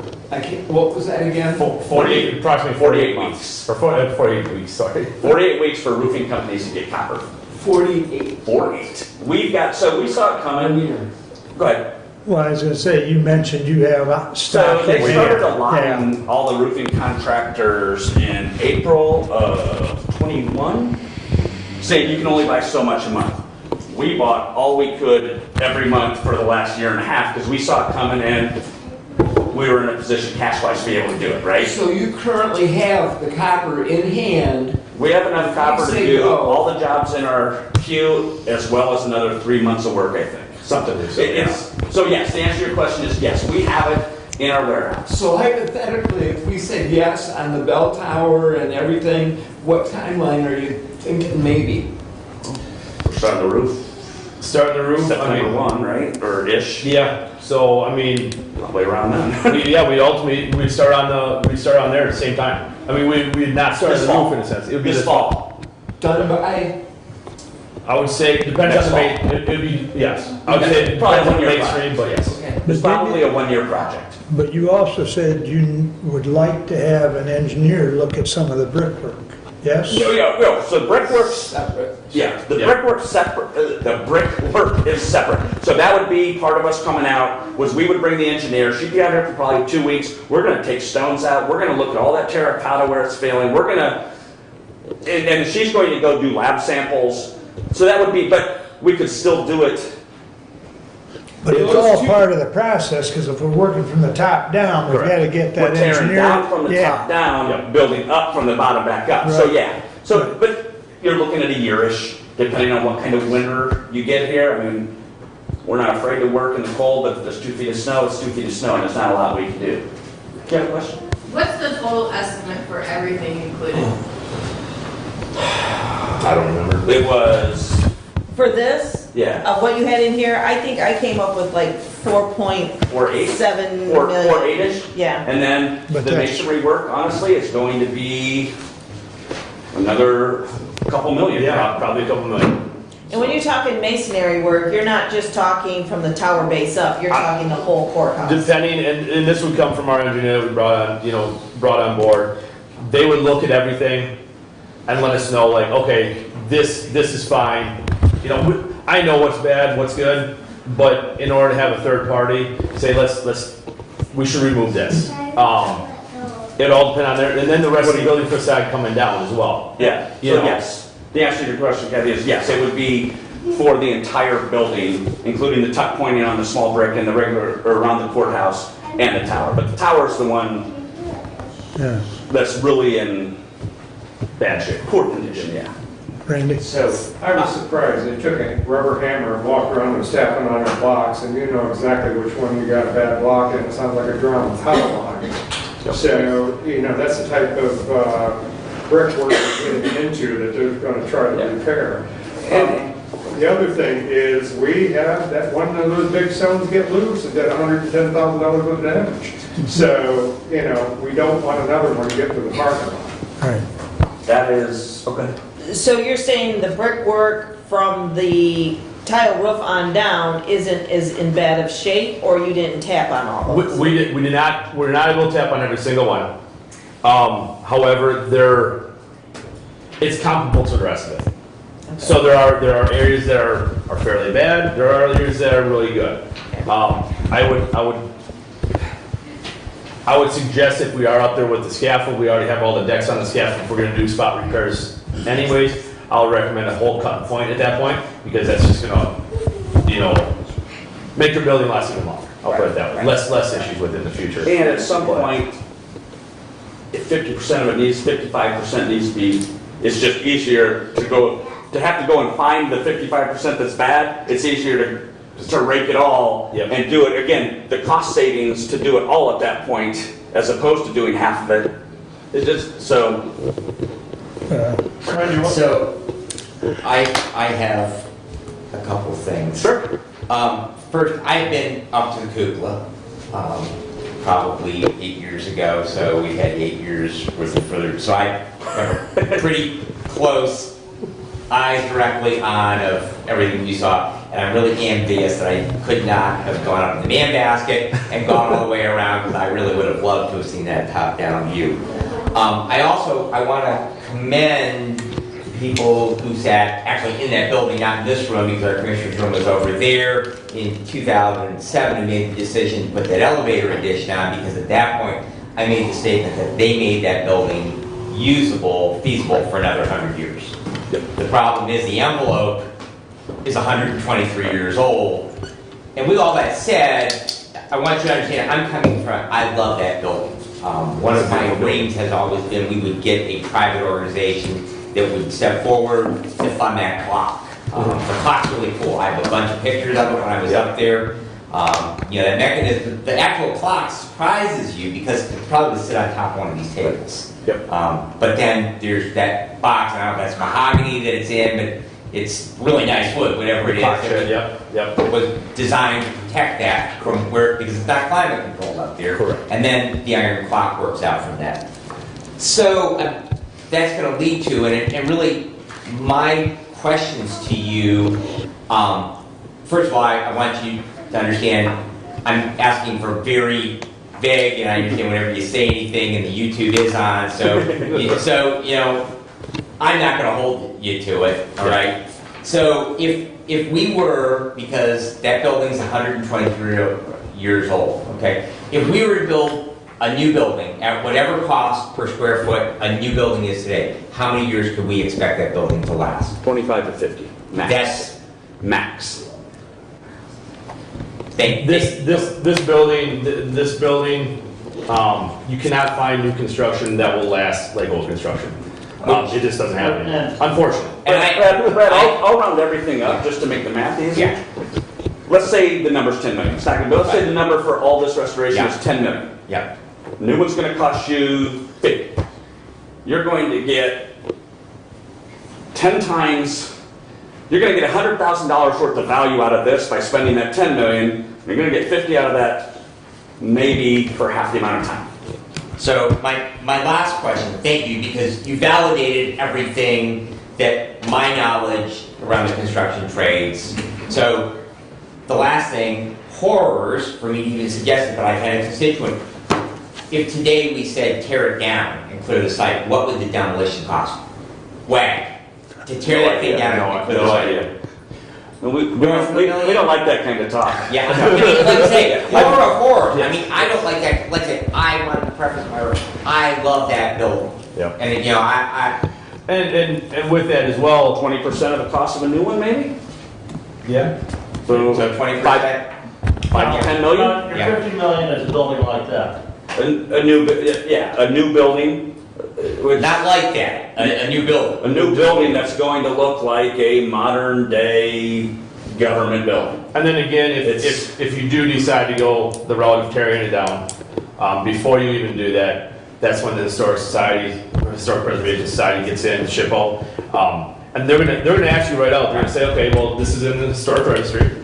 So how much is it gonna cost to fix it, to bring it back up to, you know, today's standard, I'll say, and how much is it for a new building?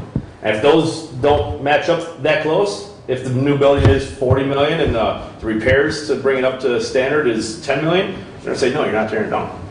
I mean, I've seen it. I had the same problem with the chimney up in my job in Wisconsin. It was 2 months of deliberation between us and SHPO, well, the client and SHPO, really, asking to tear down a chimney that was falling down that it was not even used anymore. It wasn't even used for anything. It was just sitting there. So it took us 2 months to get, you know, them to say, yeah, it's not getting used, you know, cost difference, fix, you know, tear it down, build it back up. So. And the only reason why I mentioned tearing it down is very simple.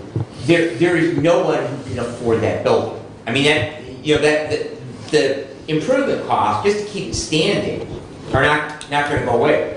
So consequently, you can't give it to someone and expect that they're going to be able to preserve it. And so that's why any discussion of abandoning that has to include the tear down. So what we see is they're not allowed to tear them down. They try to turn them into a county museum or something, and then they have to do everything with Band-Aids because there's no way the county museum's getting 7 or 8 million to do it the right way. They're just going to do it until it gets so bad that even the Historical Society says, okay, now it's dangerous, and now it's a struggle.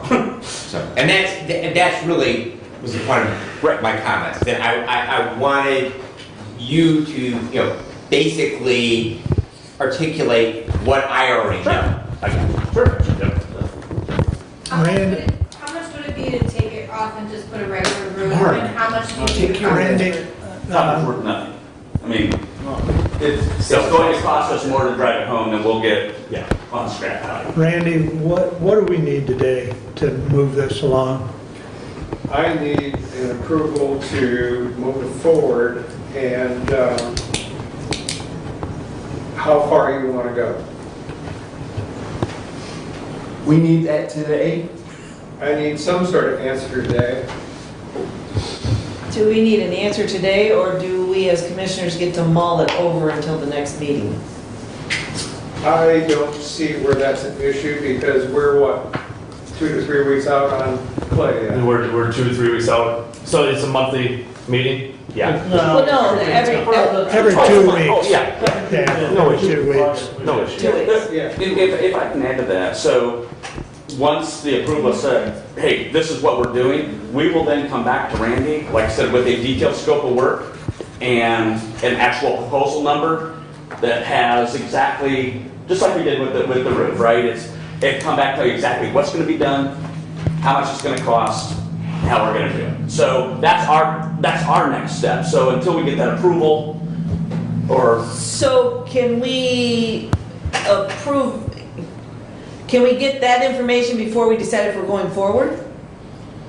we can try. We're probably a month to gather that information, or Okay. to get it. Okay, so you from where won't we're have at. it in 2 weeks, essentially. Probably not. Essentially, 2 weeks is our next. Now, We'll get it, but we will get it on the schedule as far as locking in our guys or our crews, and that's as big of an issue as we're just getting yelled at for every job that goes a week long. We're getting yelled at, hey, how come those guys are still up in Hillsdale? How come those guys are still in Greene County? We've got them booked to go to wherever. So, now the one thing, as far as the timeline though, just know that you can take a month, you can take 2 months if you need to. I mean, whatever it takes, by all means. Just know that masonry work in Michigan cannot be done in the winter unless we heat it. it's 50, is it 50? 40. 40 Yep. degrees or above. At night, coldest temperature. So otherwise your masonry will fail, and we're not. I don't do the work like that. You'll never see me up on a building in below 40 degrees. I mean, Our goal is to finish this, whether it's just the roof or whatever. Our goal is to finish this, and the only time we talk to you again is for you to call us and tell us how much you love it. We don't want to be back. We don't want to be back here fixing stuff. We don't want to deal. That's. We're promising you a 100-year fix. That's what we're going to deliver. Other than you're gonna come back every 5 to 10 years to give us an inspection. it would just be a visual inspection at that point. Yeah, Say, but let's fix here. But Let's as far as Right. For $20,000 to $50,000, right? So Go my ahead, question, those 5-10-year inspections won't be that much. so They will just be somebody up here for a couple days. So, sir. Yeah, I was concerned about the structural integrity. okay, so, excuse me just for a minute. Doug, go ahead, please. Chairman? Yes. Okay. Yeah, I forgot the question. I'll get right back to it. And you didn't have a number in here on the windows, and I know it's one thing that Randy has brought up many times to finance committee is the wind, I mean, you didn't have a dollar There's 3 or 4 different options on that, so I talked to Randy about what you guys are looking to do. I should have that window budget, if not the end of this week, middle of next week. So there were so many different ways to go. Randy and I sat down and talked, said, hey, what do you want to do? And I'm paraphrasing here, but we want modern windows that take care of all the drafts and everything that look like the old ones, and that they all match so that the entire building has the same look. So that's what we're going to present. Okay. Call it 10 days from now, I should have those. Are we okay, this purple? Yes. They'll be ready. Yeah, they don't care about the glass. Yeah, it'll go in the same. It'll be the same look. Yeah. It'll be the same look. It's a legitimate question, so. And So my question is, that I recollected is, I'm interested in a price from the roof up. The flat roof That's up. the price I want to see. Okay. Now, do we If I want can to do? have that price for our prior to our next meeting, then we'll have something to talk about. So just to be sure, What? Flat roof. you talking about the flat roof, or you talking about the clay tile roof? You want from Flat if you roof. go to that flat roof. Flat roof. so the bow straight up, Bow straight up. which I think that's that 3 million. I believe so. That's the $3 million budget number is from the value straight up. Alrighty. That didn't include the tower base? Oh, the 3 million, never mind. Yeah. The next section was right below that with the cast iron work. Yep, okay. So Thank you, gentlemen. Thank you. Randy, What I'd like is to get some sort of idea to go forward so they can come back with more accurate numbers, what it's actually gonna cost. That's what I'm looking for. right. Yeah, because they've already said that this is worst case numbers, but we get it fine tuned down. Right, and, you know, we're gonna end up having to fix that. If that's causing our problem, the leaks and everything, we've gotta fix it, there's no getting around it. What's the pleasure of the Is board? there any, so, issues with the tower base? There are some of those photos, there are some stones that are loose around the windows and stuff. The inside, that's where the efflorescence photo was taken. But as far as bad as that clock area in there and the columns coming below that, it's not as bad as that. So this one is going to take us down to this floor. I thought it was Bell Street. Going to have this cast iron work down to the right top. All right. Commissioners, with all due respect, you know, you can build on top of an old foundation, and the foundation will move. If we're gonna look at it, I think we need to look at everything. And because if we don't do it now, we're gonna be back doing something with that next lower level down in 5 years. And in 5 years, we don't have $8.8 million in American Rescue Plan Act funds to look at using for this expenditure.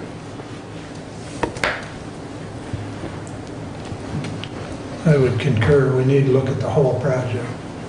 Yeah, because at that point, from that point up, it would all be new. We're already doing your roof. And then it would just be the cornice metal around that, and then the rest of the building facade coming down. But as far as that goes, that takes care of the water, any kind of water infiltration problems with your building on the roof section. Again, the windows on the rest of the courthouse it's not that's not the major point of ingress. That's not it's causing you energy efficiency loss. It's causing, you can't open them, all that, but it's not causing continual deterioration of any other part of the building on those windows. If you're looking for what to pick and choose, I agree. You start at that tower and go straight up, and that's going to solve 95% of your issues for the building as far as an envelope goes. So to do the tower base all the way up is that $4.7 million. Yes. And then in addition to that, you probably want approval to spend another $100,000 potentially to assess. 100 was probably included in that. I'd have to The 100 was included in that for the so we go. engineer. 3975. You don't have page numbers. 4143. Clock is 40. 43, 43, 46, 43, 46. It's 4.7 million without the $100,000. Okay. Because at least that's what my math told me. Okay. I had the 3,975,000, 225,000, 200,000, 300,000, and 30,000. So it's $4,730,000 without the additional $100,000 to assess the masonry and no window price. Right. So 4.8, including the masonry inspection. Essentially, yeah, 4.8 with masonry inspection. What do we need to do? Well, I guess my question is this Board of Commissioners willing to say, yay, go ahead, and we're willing to spend ARPA money to that effect to address? $4.8 million, which we've already committed about $500,000 to the roof. Are you willing to go that way? And are we willing to go that way without getting any other bids due to our people are here, we can get it done? This is what we do. This is all we do. This is what they do. All day, every day. Right. And at what point does the 4.8, because you get into the project, turn into 6.1, turn into 7. That would probably be the masonry work. So after you get the report from masonry, there will be another budget proposal for the masonry, which we think is going to be another 2.5 for the rest of the building. For the rest of the building outside the tower. So does the 4.8 million include the masonry work in the tower On the structures? towers, I believe so. I don't think it does. Oh, no? I don't think it does. On the tower itself. There's no mason, It's like magic. no, it does not. It is not, It does not. So at the very least, even if we don't touch the masonry below the roof line, there's going to be an additional cost to deal with the masonry above At it. some point, yes. Which, Another call. how many years ago was it that stone fell, Randy? That was 2 years ago, the stone fell. It was about an 8,800 pound stone that came out. There's chunks up Make a there. motion. That stone, Sounds like. Make a motion. Let's get this thing done. We need to just do it. Okay. I'm just to make a public statement. that stone came out just below the clock face. And So- took out the railings. And understand your, Commissioner, I would like a little bit more detail on that. I don't know You how. want to wait till the 9th? Yes, I would prefer to wait till the 9th, but yes, I would, as detailed an estimate as you guys can do for our August 9th meeting. Yeah, so I would be willing to, as a commissioner, make a public statement that the 4.8 is doable. Okay. We And just, I understand when I say 4.8, that it's not the end of the deal. Right. Okay. That we're probably in the 6, and that would be the minimal, and I'm only one, and I'm making my statement. So I don't know what everybody else wants to do. go ahead, Kevin. I'm sorry, I got another question. No, you're good. That's fine. Kathy has questions. The $100,000 estimate to assess the masonry, why is that number so high? What do they do that takes $100,000? This would be a, come out here, touch basically every single part of this building. Pull out stones. Pulling stones all the way You out. know, you open up the brick, you see what's going on behind the stone, behind the brick, inside your walls. That way, then they give you a report. Kind of like what we did, but a lot more in depth. They're gonna lay it out and say, hey, this area's bad, this area's fine. Lab samples of exactly what the material is made out of and why it's deteriorating like it Where is, can you- and how we can keep it from happening in the future. They'll be out here for 2 weeks. They're going to be out here for 2 weeks doing that, and then however long it's going to take them to do the analysis. Again, we do work with this, all they do, this Julia's or Julia trainer, all she does is historic masonry. Are we going to get to the point where they're going to find that, oh my God, we need to rebuild this thing, or the masonry's failing on the inside, or? You have a 100-year-old building, they're not gonna say you have to tear it down. There's always, there's a fix for it. They're of the same mindset we are as far as the preservation goes. They will do everything possible in the most efficient manner to restore it to original condition. If we decide to go forward and we pursue some of those grant funding possibilities that would be out there, would they diminish our application scoring in that because we've already committed county funds to go forward towards this? My experience, and Jake may have a different take on this, is as long as you're trying to do the right thing, they're going to help you any way they can. It's when you try to sidestep it or do something that doesn't follow their protocols, which change every week, I'll be honest with I you. actually had a project down Arkansas. They actually, the funding came out after we were done with the project, and they just back paid the county. Yeah. So I don't know, like I said, Michigan may be different, state. but our history is they want to work. They want to work for people like you all who are trying to do it the right way. That's where they want their money to go. Yep. So any of this grant funding or potential funding, if you could get that to us prior to the 9th? I will get it as soon as possible. So, like I said, we can help you work through that process. That's all got to come from you guys. You know, we're not on any of that. So, I mean, at least give us, you Phone know, number. something that we can chew on. I mean, I know we're not gonna have the application per se, but Yeah. if At we least- get some information we'll of, give you all the information we can find for you to help you out, to help you Right. navigate that. And we've done enough of them, so when it gets to the grant process, we have resources in our office who do this all the time. So we can help you, I don't know, hold your hand is the right way, but help you navigate that path. Photos, to make it reports, easier, whatever else that you to can make show it 'em, hey. easier and provide whatever documentation they're asking for. That's where everybody gets hung up is they ask for so much documentation that some people just say, you know, it doesn't work to get a grant. Yeah, because it's tedious is the right word. It's tedious, but like I said, we'll help you navigate that. Randy, do you have your answer? Do I have an answer? No, do you have your answer that you're asking us? Yeah, I have enough. Okay.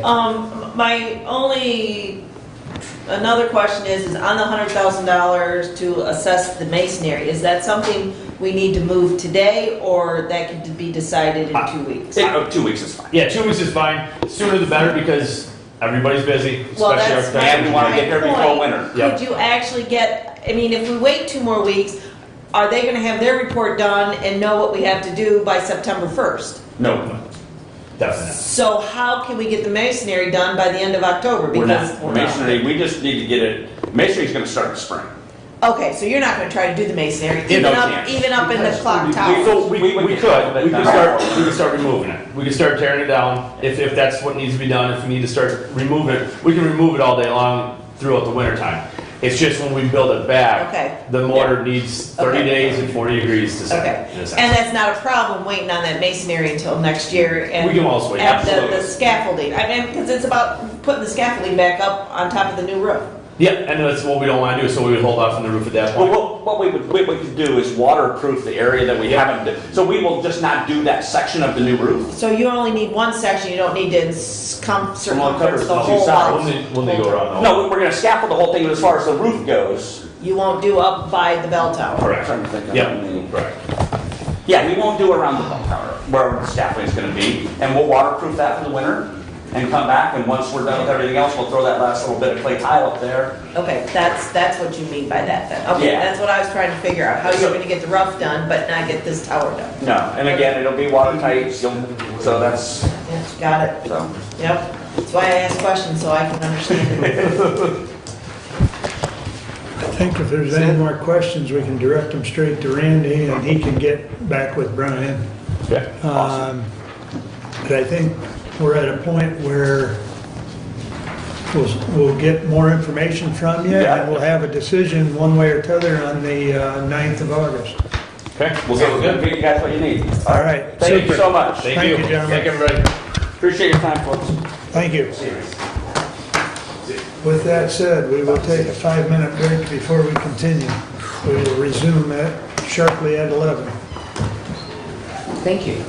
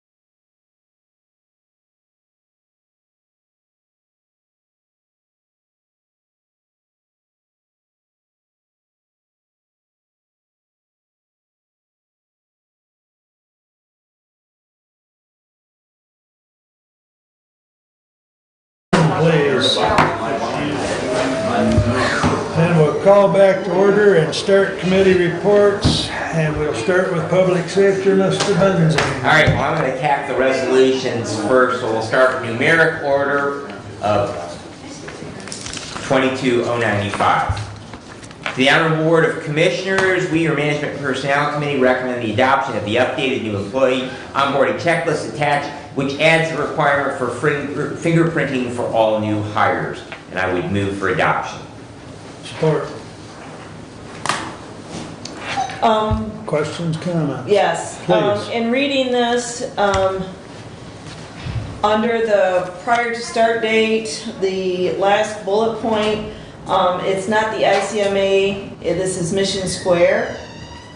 And I didn't know about the $800. I don't know what. No, it's various. And so should it just read after,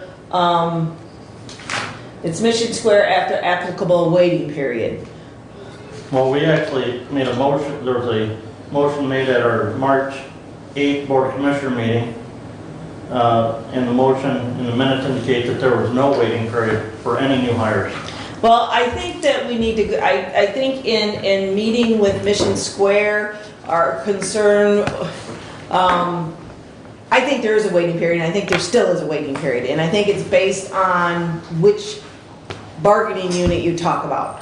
Commissioners, there's no waiting period. Elected employees, electeds are 30 days, and they're still following the SEIU contract, I believe, on the other employees. But we'd have to actually ask the clerk to be sure of that. But I think when we talk to Rolla,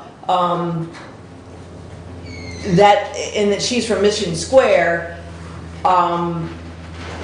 and Derek, can you address that? Because I really don't remember the whole conversation. I mean, I don't know how to articulate it. Yeah, at one point, we were going to waive the waiting period altogether, because everyone had there were so many different waiting periods, and the way the language of that agreement was written kind of made it sound like we had to honor one. Rolla from Mission Square informed us that the agreement refers to employment after the waiting period. So we can honor all of the different bargaining agreements waiting period before we have to enroll them into the retirement. So there was like, you know, this extended over multiple meetings. So early on, I don't know exactly the timeline, but early on we might have had a motion to not have waiting periods. But I think we kind of sorted it out where we could basically continue honoring the same waiting periods we have always honored when it comes to enrolling new hires in health insurance or in retirement. Yeah, the motion on March 8th, Commissioner Benzing moved to change page 4, section 5, number 2 to NA, which means the employees will be eligible to join the retirement program on the date of hire. Well, like I said, I think that go ahead. I think what we determined talking with Mission Square is that NA would allow us to continue to honor waiting periods. Correct. So we did file NA.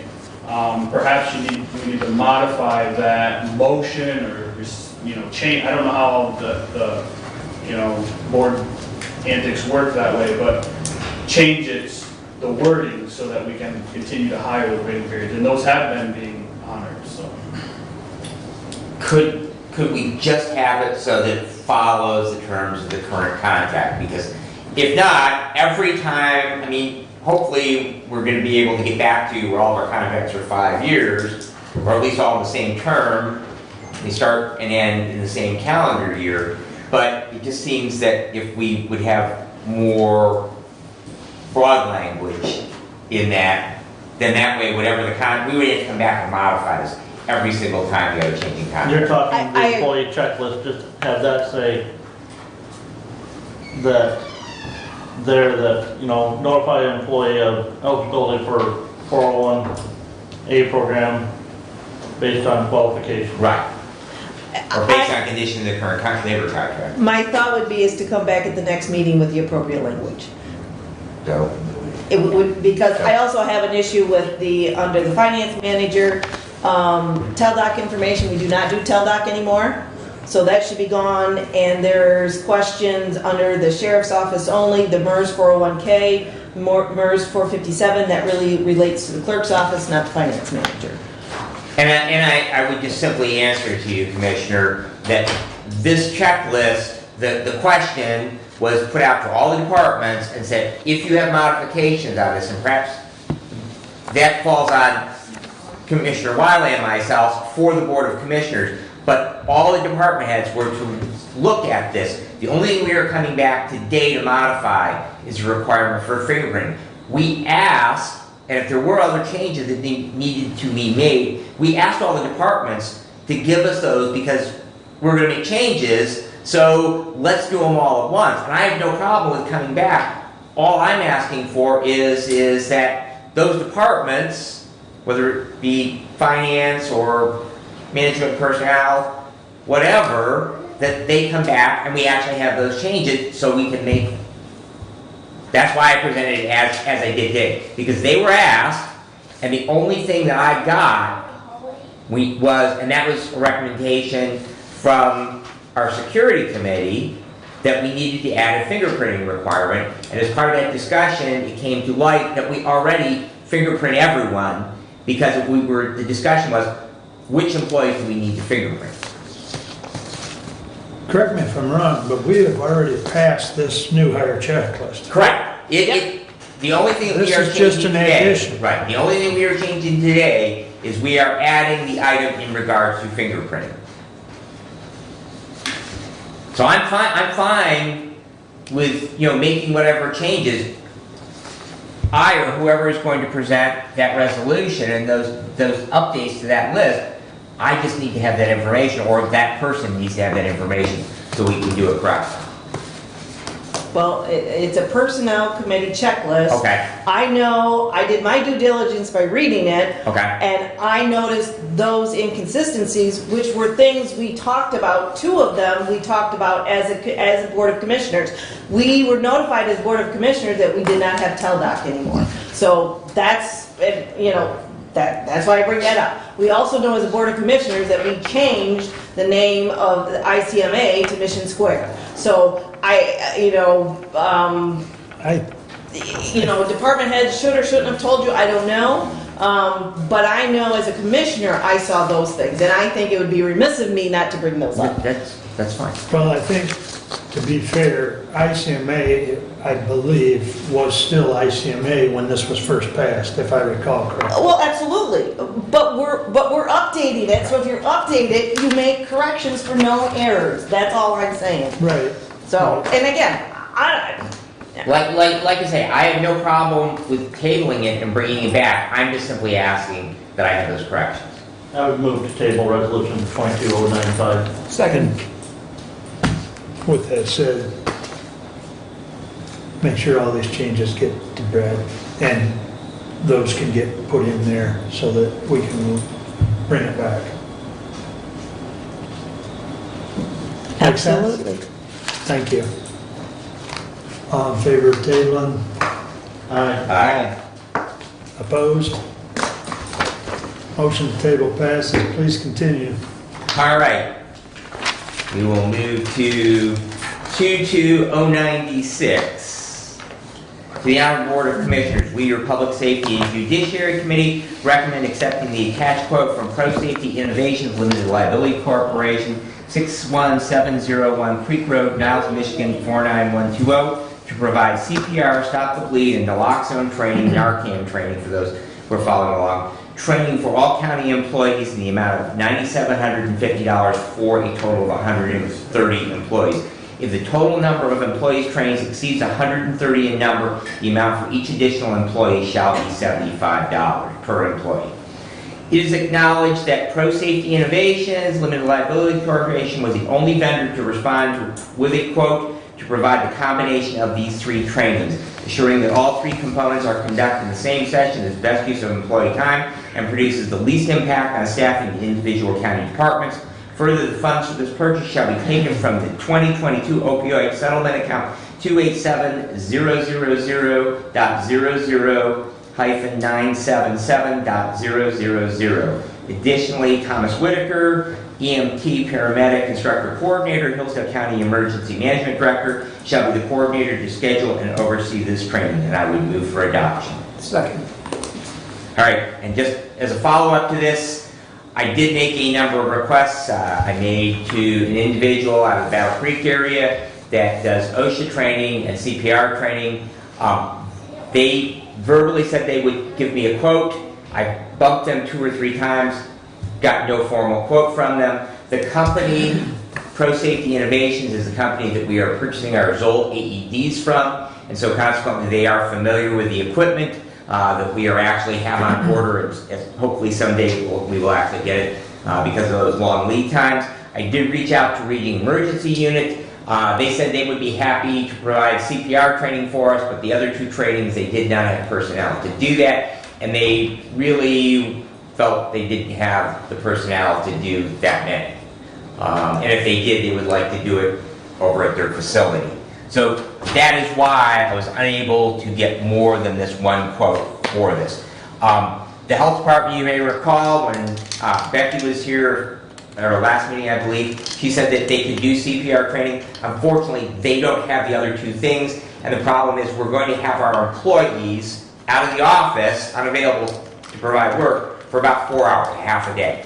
So if we have to try and coordinate one person to do the stop the bleed and the naloxone, and the health department to do the CPR and make all the schedules match up, it's going to be difficult. And then if we don't do that, if we have one training on one day and another training on the other day, we're taking those employees away for 2-hour one, so it's just disruptive. So it's really the best use of the time for our employees. We just come in, we have them out of the office for a half a day, we get them trained, and it's done. And I would be happy to try and answer any questions on the resolution.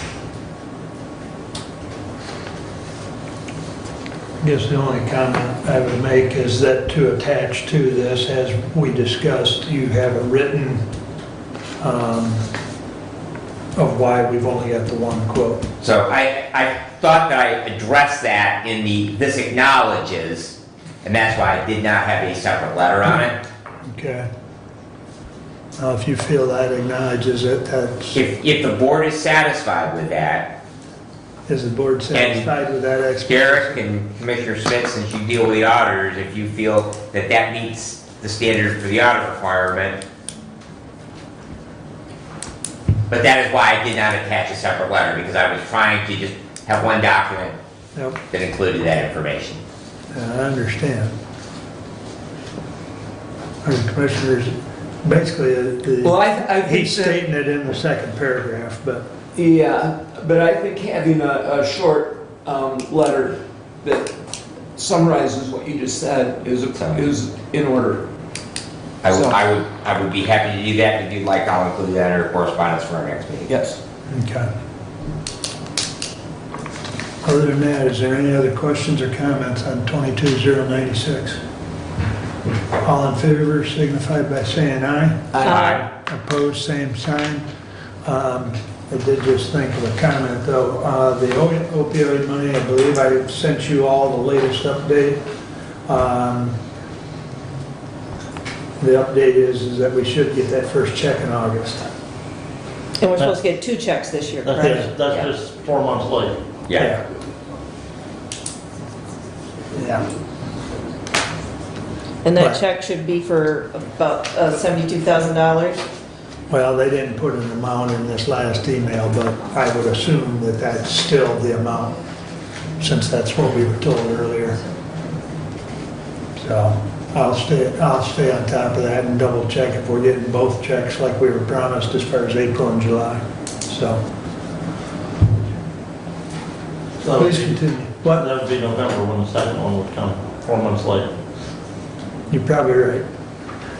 As long as it's in this. If we get the first check, we'll have enough to cover at least what we so far have earmarked dollars for. Right. And just as a follow-up to that, we, at some point, whether we want to deal with that with the end of your budget amendments, but we probably will need an expense. We already have, I think... About $24,000 we've already expended. But we already put in a budget amendment to fund that line item, so what we would need is for the expense side of it. I think we've already done some of that. Right, that's why I say, I believe that we already put what we anticipated for income. We just need. Correct. Okay. I think we already Right. made it equal. Okay. Even revenue equals expenses for Okay. the most part. Okay. Derek, I don't think we've done the, I'll have to double Okay. check. okay. But at some point, At just- some time, yes. we will need to Yes. address that. Yes. All right, any other questions on it? If not, I will move on. Please do. All right, Public Safety and Judiciary Committee, which is Commissioner Ingalls and myself, we have a meeting with Judge Stuyvesant and Magistrate Ray later on today, and that regards space needs for the district court. The Ambulance Association meeting was on July the 14th. Wright Waldron has now submitted all of their current reporting. Commissioner Leiter, thank you for any help that you're getting that caught up. Staffing continues to be an issue countywide. County first responders and agencies have been requested to help with coverage at this year's Hillsdale County Fair. In fact, I just received an email while we were meeting from Keith O'Neill with the schedule for that. So just as you're moving through your district in August, you might just mention if your units of government, villages, cities, townships, they have fire departments that do medical first responder or have ambulances, that there is an opportunity for them to sign up for dates to volunteer at our county fair. Reading has done that in the past. It cost them a whole bunch of money in salaries to have staffing down there, so they are looking for some help with that. And we also have a first look at our ambulance contract scheduled for August the 13th. That's a Saturday with Commissioner Leininger and myself and all 5 of our ambulance companies.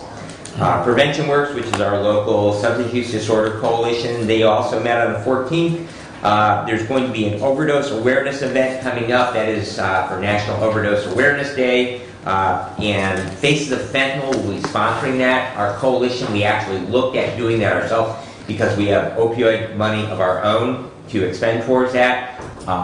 Because this local group already had an event scheduled, we are going to help them with funding that. We felt that duplicating it would just simply be not a good use of resources.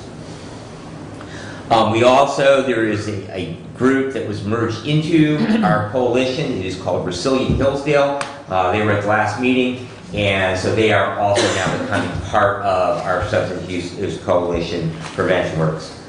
The chair and I met with Interim Emergency Management Director Tom Whitaker. You may recall that we appointed him interim EM for a period of a year. It was basically a follow-up after his first 6 months on the job. He is enrolled in training to receive his certification as a professional emergency management director. That's something the state likes to see you have done, and he's continuing to learn about that department. They have a vintage 1960s era van for emergency management that they really don't use, and it's stored out in the whole building. It's always been stored undercover. And so he would like to sell that at some point. That will most likely be not just put it up and get scrap vehicle price, or it will go through a process of trying to find a vintage auction site. And so, because evidently it is quite collectible, and particularly with the way that it's lettered up. So there is a great deal of collector interest, so it will be interesting to see as he moves forward with selling that. Alrighty, he did state that as we move forward, we should continue to consider making the emergency management director position full-time. However, he would like to stay on as the 911 director, and that we look at hiring somebody additional for that position. So if we were to move that to a full-time, he would like to see them split, but he is happy to continue on at this point until we are ready to move forward. All right, the River Raisin Watershed Council met on July the 18th. The big takeaway from that I had was there was a discussion about raising the governmental entity dues, so i.e. the counties. Right now they have a suggested dues for governmental entities, and they want to do it on a per capita or population base. So I raised the question. He said, well, Hillsdale County only has one township that's in the watershed. It's a little bit different than Monroe County, and pretty honestly, I think the term greed went through my mind. It did seem, in Jackson County, John Calhoun, who is actually the township treasurer over, I believe, in Cambridge Township, he also said Jackson County only has a tiny little piece of the watershed in it, and they just joined this last year as we did. So they are going to take that to their full meeting of the members. Since we are a dues paying member, we are a voting member, and I will plan on participating when they do have that semi-annual meeting of the members, and we'll voice that concern that Hillsdale County most certainly does not feel it would be appropriate that we be assessed on the basis of 46,000 people when we only have maybe 1,000 that actually live within the watershed. Fire Association met also on the 18th. They met down in Montgomery. They usually meet at Station 4, Hillsdale Township Fire Department on Bacon, but Hillsdale Township was actually having concrete driveways laid down, and so it's a little difficult to get in and out of there. There was a great deal of discussion about the 800 megahertz system, and concerns that a number of departments are running into those issues that we've already talked about in regards to interoperability with departments from outside of Hillsdale County, becoming a big concern about firefighter safety. The 911 board did meet on the 20th. Former Assistant Director Tracy Peter, who is now a member of our Sheriff's Department, was recognized for his years of service. And they did have a closed session, was held for the purpose of discussing union contract negotiations. And that completes my report, unless you have questions for me. Questions for Red? Doug, you're up. Thank you. I'll start with the resolution 22-097, July 26, 2022, to the Honorable Board of Commissioners.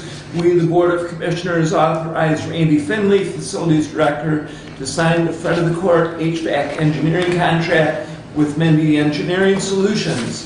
The contract is at a bid price of $18,640. This contract is for the engineering and bid quality blueprints for the front of the court HVAC system. We further recommend payment of the same be taken from the FOC Building Improvements account number 403-930-930.015, respectfully submitted and moved by Doug Ingles, Chair, Facility Development and Economic Development, Facilities Technology and Economic Development Committees. Is there a second?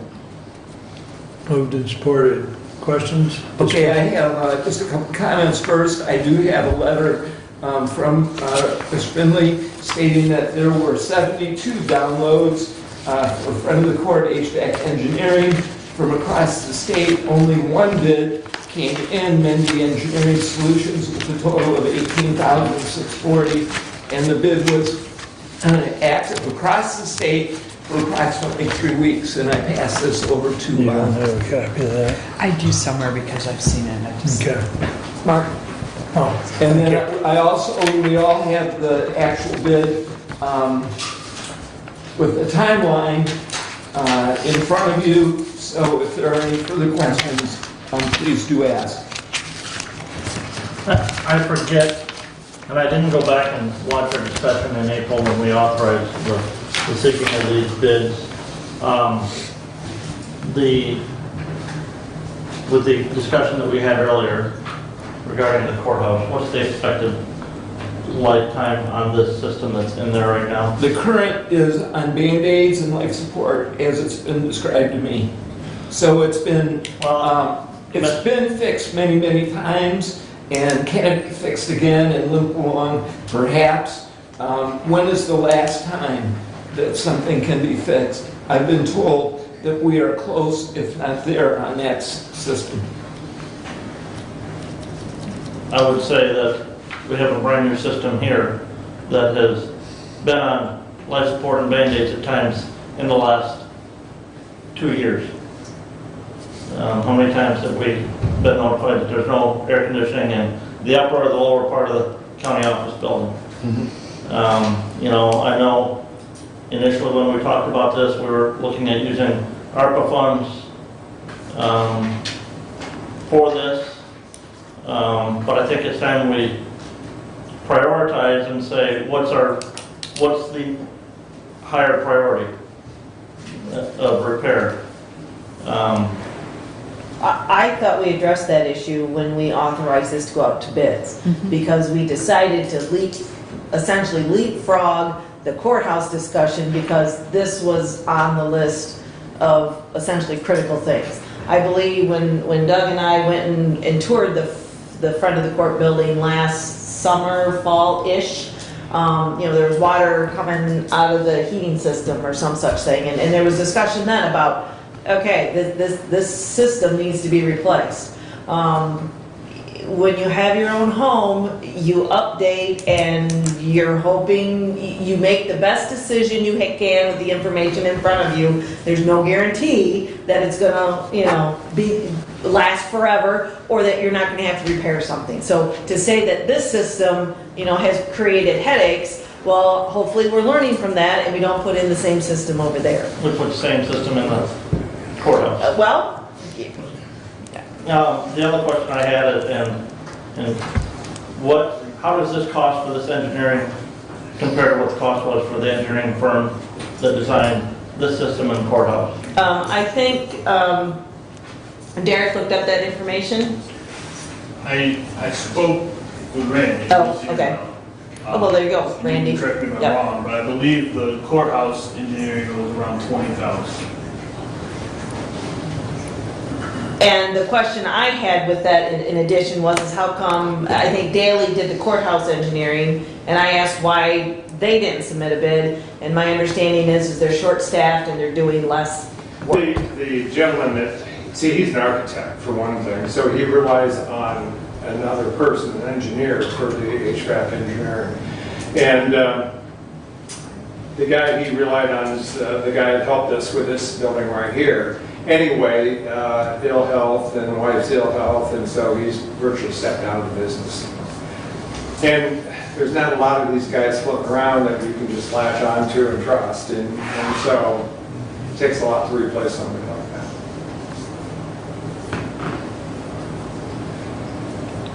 Any further questions on the resolution? I think we better do a roll call, please. Commissioner Benzing, Yes. Commissioner Leininger, No. Commissioner Ingalls, Yes.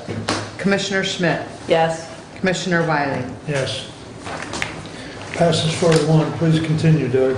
Okay, so at Hillsdale City Council meeting, it was announced that the Meyer store has requested service, and that was approved by Hillsdale City Council.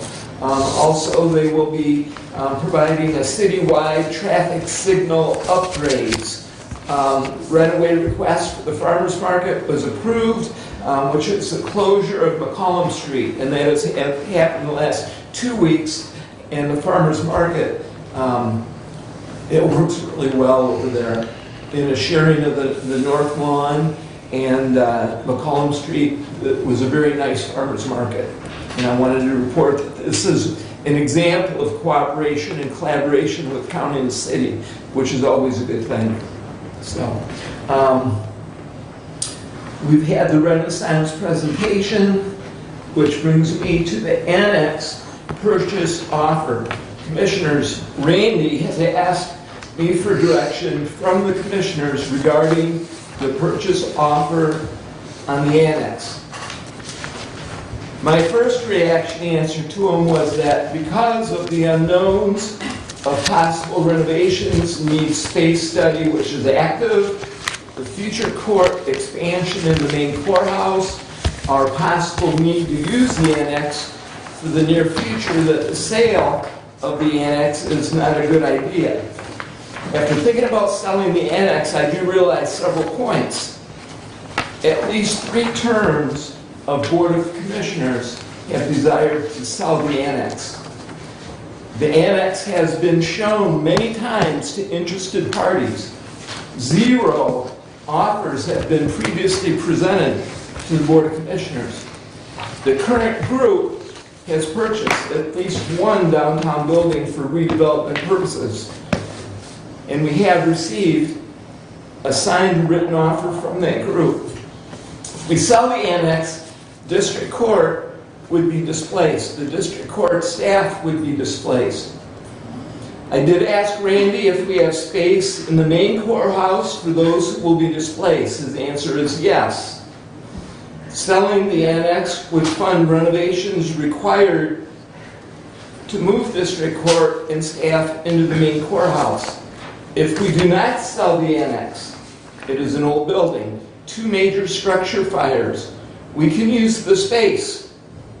Annual cost to maintain the annex is between $40,000 and $45,000 annually. I spoke with Nick to find out his opinion on price. He recommends that we compare square foot prices to other recent downtown building sales. He also told me that the current county office building was purchased for $200,000. I recommend that Board of Commissioners authorize Randy to negotiate with the offering group to determine terms of purchase, price, timeline, etc. Once we know more details, Board of Commissioners can accept or reject the purchase offer. In addition, we have the purchase agreement, and I did speak with the realtor, Christy Clemens Realty. Greetings, Mr. Ingalls. I understand that there's a formal offer made on the courthouse annex building for $236,000. In order to determine a reasonable current market value for this property, I would need to tour the building and do a more formal analysis of the property. However, at first glance, it does seem lower than what I would expect the property to bring in the current market. There are 3 properties that have sold within a block of that building within the last 6 to 18 months, which would all be very helpful, comparable properties to consider. The Trevathan's building sold for $360,000. That is combined price between the 2 sides, one for $150,000 and the other for $210,000. The old Nash Hallmark shop for $325,000 and the old Current Office Solutions for $250,000. Obviously, I would need to break these down in comparison to the subject property, but this is helpful initial gauge. Hope this is helpful to you in determining what the next steps are. Please let me know if I can be of further assistance. This is the information that I have followed up on during the course of the discussion, and as I say, Department Head Finley is asking for direction from the Board of Commissioners, and I am happy to answer any questions you may have.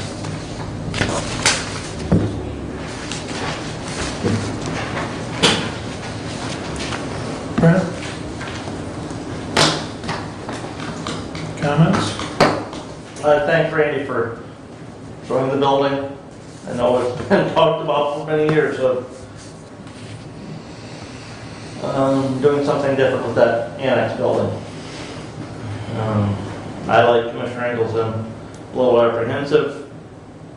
You know, how much time do we got if we decide to do something, and where are we going to put the people that are there? So I can answer some of those questions before we get to Mr. Finley. One is we don't know the timeline, and that's part of the question to authorize Randy to find out more information, to bring it back to us, and then, because at this time we're not asking to accept the offer or reject the offer, we're asking for permission to find out more information to bring back. As far as where do we put the displaced people, that's a great question, and there is space. What all that space is, by Mr. Finley, we can talk about as we go, but there's more information that we need, I feel, to make a decision before we even get to that part of the question. So, I mean, if you want, there is an email that has a floor plan. Mr. Chair. Please. So, put me in the group that's advocated for getting out of the annex building because it's one more roof for Hillsdale County to have to finance thing. And when I say roof, I mean HVAC system that we put in, well, we did it 10, 12 years ago, Randy. So 10, 12 years ago, so another 8, we're probably gonna have to do it again. Yes. It's about 20-year lifespan on that stuff today. So, you know, but as part of that also, a couple other things, we had this discussion about district court, where do we put them? I think we got a space study and we're waiting for the results on that. And so I'm concerned that, well, we can't get them in the courthouse. It's not going to fit. But we'll get a study. We spent some money. We got a grant, but we haven't got the results of that study. So, and before we said we're going to put them in the courthouse, and then we actually hired an architect to find out we couldn't do what we thought we could do. So I'm a little concerned about that whole, you know, let's make the decision and move forward on this thing, and without knowing, first of all, what we're going to do with the interior of that building, and that they really are going to fit, because we've heard they are. So that's component one. Number two, thank you for contacting Ms. Clemens. I think that before we move forward at all, we need to get a current market condition. I mean, as you say, we've talked about selling this building for a number of years, but I've also heard a couple of local realtors say downtown Hillsdale properties, probably for the first time in a long time, are really hot right now. Because you got Hillsdale College that bought the current office solution, Kill's Office Supply building over there, and that's going to be their phone center, and that's going to probably spin off a bunch of development around that. And, you know, we've got other buildings that have sold. Commissioner, from Yes. there, I do believe they also bought the other part of Nash's that wasn't the Jill's Hall, the Hallmark store. I do believe the college bought that as well. Okay, because it was my understanding there's a different tenant going in there, but if you give me information, I have not heard anything official at college. I heard there was another retail-oriented business that is currently in downtown that was relocating into that space. I could be misinformed on that, but that was the piece of information that I had on the Nash Drug building. There's also another drugstore that has supposedly purchased the former Cows Company building / former Mary Beth's building, and that at some point their plan is to move their pharmacy from their current location, which is down by me and my business, into that location. But regardless, there's a lot of demand for our buildings, and I know if I was going to sell a piece of property, I want to get a couple realtors in there and give me a current analysis of not what stuff was selling for 2 years ago, but what it is based on current conditions. So I really, even to authorize any negotiation, I really need to know, you know, as part of that, before say we move forward, that piece of information. The final thing is, we just talked about that big hunk of sandstone over there, and we're going to possibly be doing a lot of work around there. So now we've got the district court judge who is over there, and we got to find new space for her. But we also have to, and I remember, and Commissioner Ingalls, you may have actually been part of city government when they did the city hall. And you may recall they actually moved over here, and they were in what I always think was the Thrifty Mart building. They were actually renting space over there while they had to vacate that building. So, you know, what do we do if we have to vacate space over in that building to accommodate some very significant renovations? So it seems to me we've got a whole bunch of stuff up in the air, and I guess to conclude, I'm really uncomfortable at this point with moving forward on anything in regard to selling that building until we start at least nailing down some of the jello we're trying to nail to the wall right now in regards to that building over there and where everybody's going to go, and what our space study that, I mean, we're paying for it even though we got a grant for it. I'd like to see the results from that before I can make any decisions. Go ahead, Randy. the problem that we have with that is that's a 6-month process. You're talking January, February before we even see that. So that's part of the problem there. We've been showing this thing for what, 6, 7 years, and this is the first offer. And I agree, the market's probably hot, otherwise we wouldn't have got an offer. I mean, you know, we just haven't had an opportunity to sell in all these years. So what I'm basically asking for, there's 3 options here. You take it like it is, you can say no to it, or let me negotiate for something better. That's what I'm asking. What do you want to do?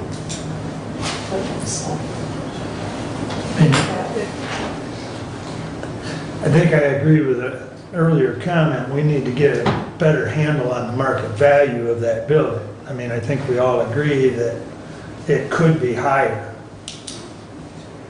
But I also think that giving Randy the ability to discuss this further with the potential buyer is not, I mean, we're not giving him permission to sign it. We're just giving him permission to negotiate it. To bring something to you. My thought would be, right, if we go down that road of further discussions with them, okay, well, we think the building's worth 360,000 as opposed to the 265, I do believe. Okay? Or whatever the figure, excuse me. 236. 236, right. Yeah. But we'll sell it to you for that price, but we want a year to vacate. Or, conditions and terms like that to give us. Yeah. To at least look at. And those are things we don't know unless we ask. Yeah. Right. I know that was one of the things I talked with Randy about. How long do we have to vacate? You know, and that we don't know unless he talks further. That's all part of negotiations. Correct. So I would move to authorize Randy Finley to negotiate with the purchasing group on the potential sale of the annex. Support. you want to make another comment? One last thing, I could get into negotiations and they say no and blow it out of the water and walk away. That's an option too. So I'm just throwing that out there. When you negotiate, that's always a possibility. When you ask questions, the answer could be no. Along with the motion to negotiate, is that going to include finding out more, investigating into the true market value of that place? Yes, that's true, but I've bought enough real estate in this county that you can have the best idea in the world what it should be worth, but what you actually get out of it's 2 different things. And I'm saying that would be something we would look at, but not necessarily 100% would be driving the negotiation. I know, I agree with you, but I think we need to know what the current value of that is. And I think that would go a long way for if you want to ask for a year or 2 to vacate. And that's my point. That's my point exactly. I'm trying to make is. And not have to pay rent, maybe. Lesser price if I'm negotiating for a year to get out. Right, but if we don't, and that's all I wanted to make sure is that we're going to investigate maybe what the more true market value of that place is. We are going into a full-blown negotiation and that everything's on the table. Okay. Okay. Any further discussion on the motion? All in favor, signify by saying aye. Aye. Opposed? Aye. 4-1. Thank you. That's the end of my vote. And the last item I have is from the parks. I do want to thank Commissioner Schmidt for attending the road meeting and parks meeting when I was out of town. But I did get a brochure on the parks that I thought the board would be interested in, and that is in front of you. So that does conclude my report, and I would be happy to answer any questions on any of the topics.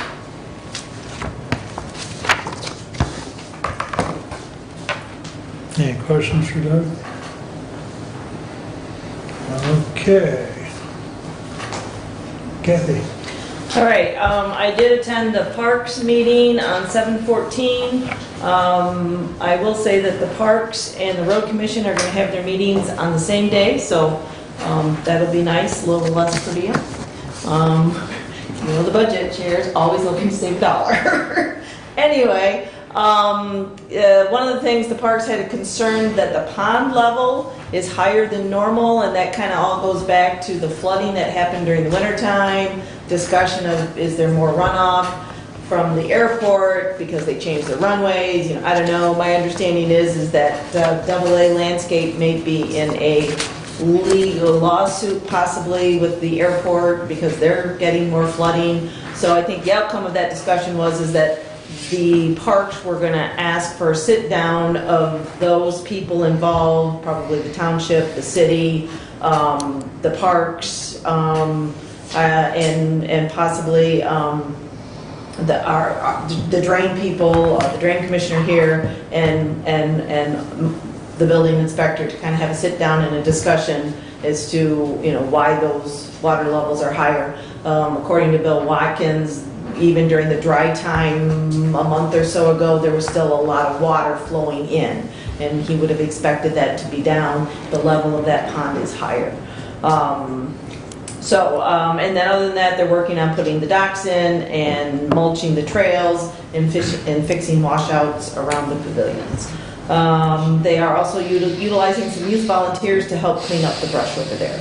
Attending the Hillsdale County Road Commission meeting 7/14, I will report that representatives from Reading and Allen Township were there, and they said their gravel roads were in good shape, which that's not normally what we hear, so I wanted to pass that on. The union signed the new contract,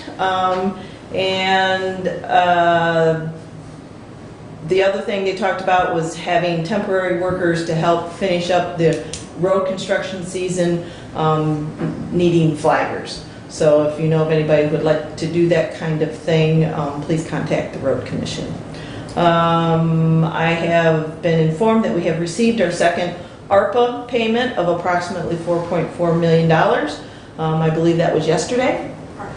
So just want to let you know that. And then other than that, we have the variance report, and the target is about 50%. Overall, we're about 42%. Derek's here, so I'll let him address any questions that you might have about it.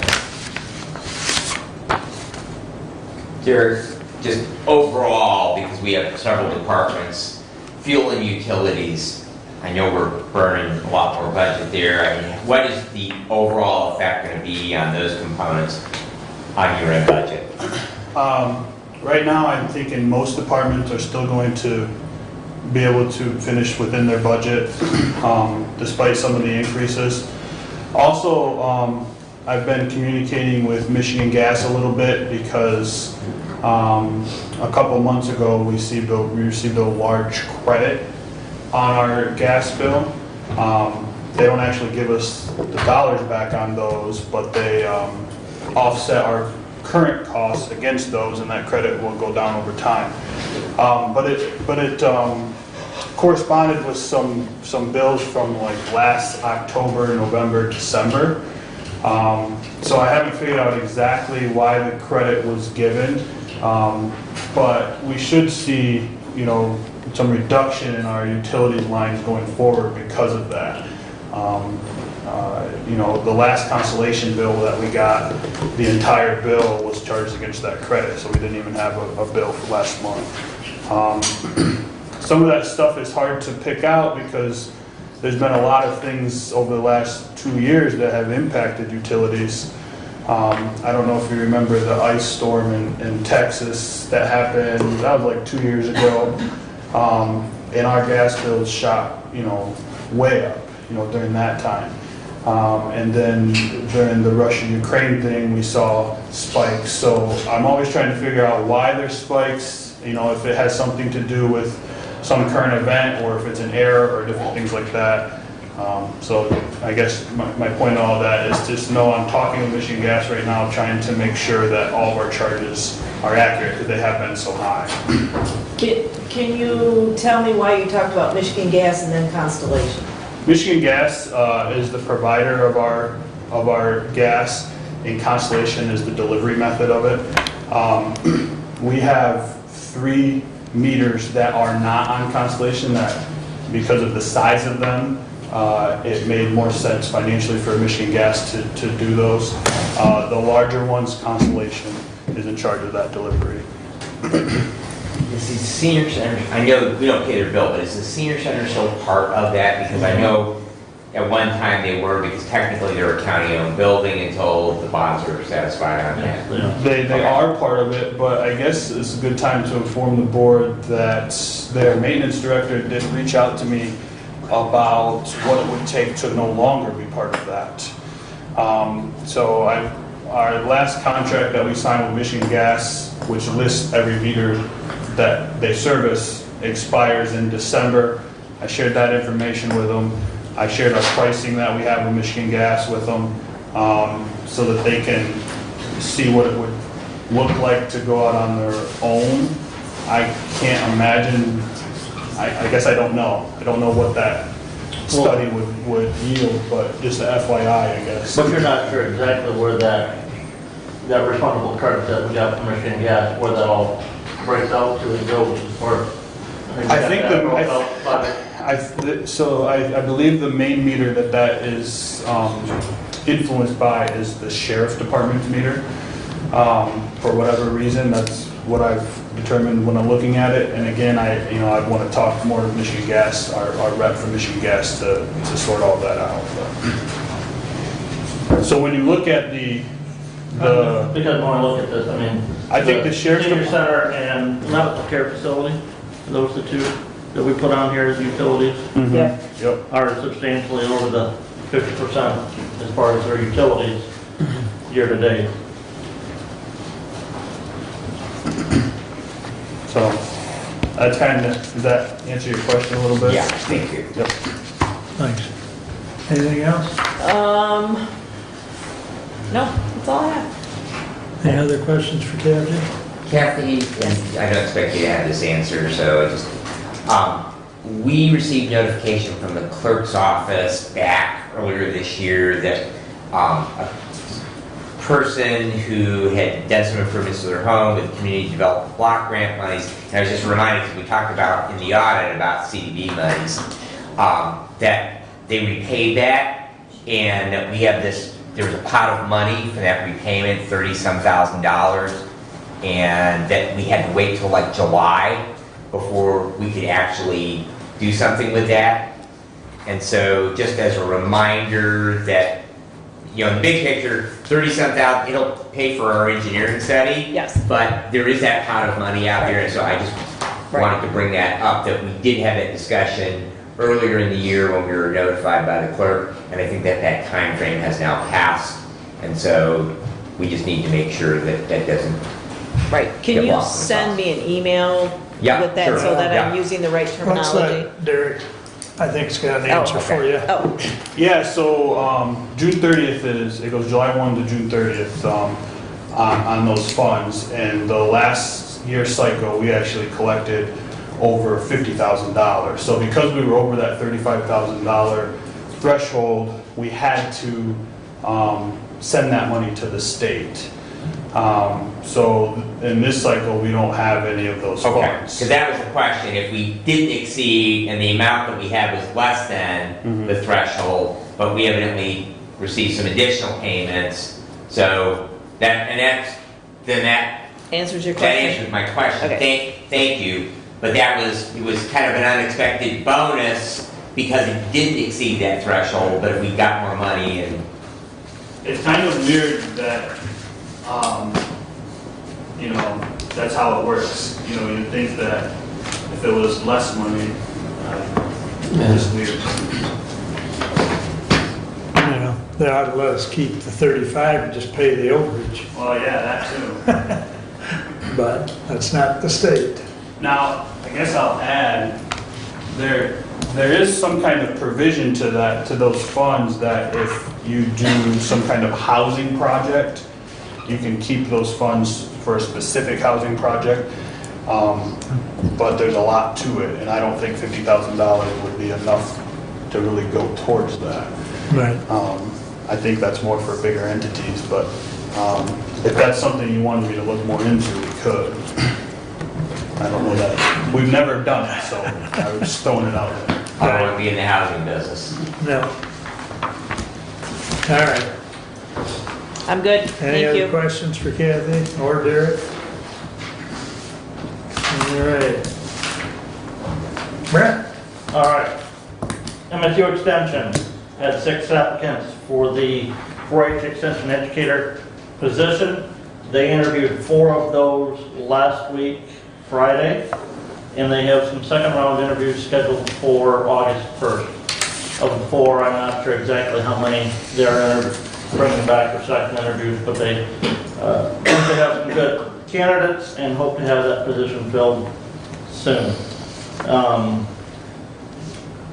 Region 2 Area Agency on Aging, at our meeting last week, we approved the Executive Director's personnel evaluation with a excellent/good overall evaluation schedule.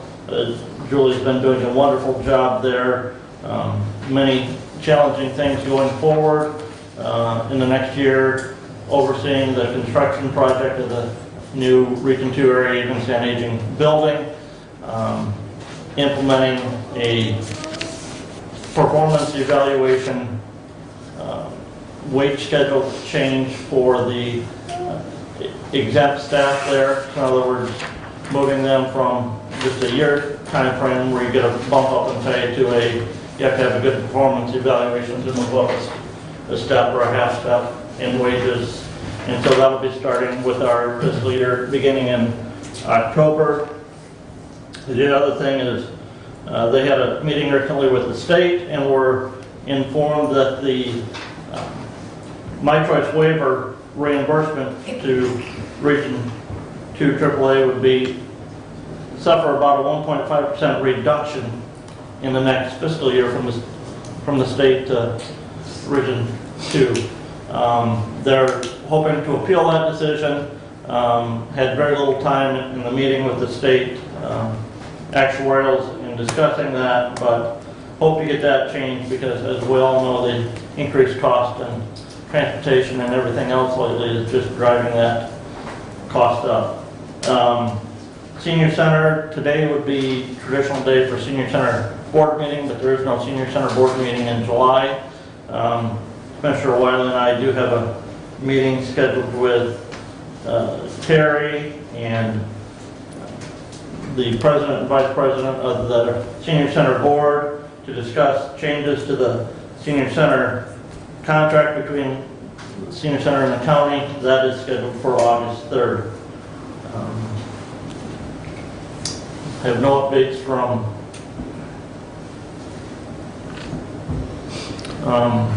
Michigan Works and no updates from Community Action Agency at this time. So, we utilizing this room? yes, we are For August 3rd. on August 3rd at 5 p.m. Thank you. Yes. One final thing, and just a reminder to all of us to be diligent in our computer skills. Somerset Township is still dealing with the effects of their ransomware attack that they suffered. Sounds like the individuals didn't get any data, they just locked them out of their computers. So, and contrary to rumors, the township did not pay anything to the ransomware individuals, so. Just an aside, it's my understanding the fire and EMS department, they were not compromised. They were not. They're outside. They are within the domain, but they were not in the portion that was compromised. Correct. So their computers continue to work, so. And are you going to say something about the Ohio EPA meeting? Yes. Okay. I will leave that to you. Any other questions or comments for Brent? So I'll start with that, since you mentioned that. You had mentioned closed session in rents. After my report. Okay. Yep, we'll do that right after the chairman's report. And Brent will make that motion when we get there. Thank you, Doug. Public hearing for the Ohio EPA pertaining to the permits that Aqua Bounty has requested. They have secured the high school there in Pioneer to hold the hearing at 6 p.m. on September 12th. They also, I've got it up here, Mark, if you want. if you would, please. I had it up and then I went to something else. So the public comment period will run until September 19th at 5 p.m. So you can submit written public comments regarding that application for Aqua Bounty's proposed discharge of water into the east branch of the St. Joe River in Pioneer, Ohio.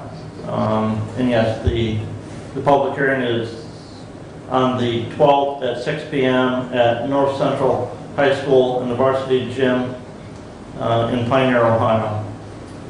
Yeah, that's the only high school there, but yeah, it's east of town if I remember correctly.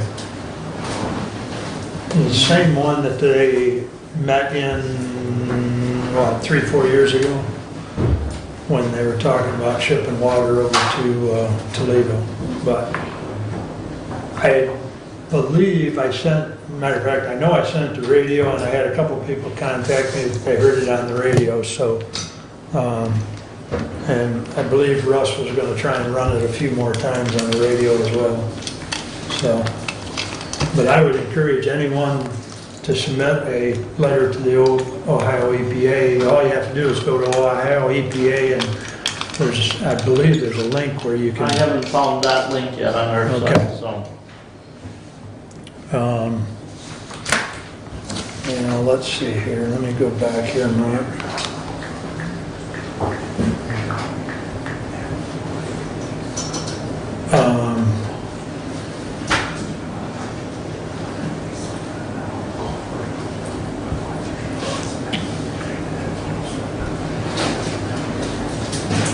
Request for public hearing.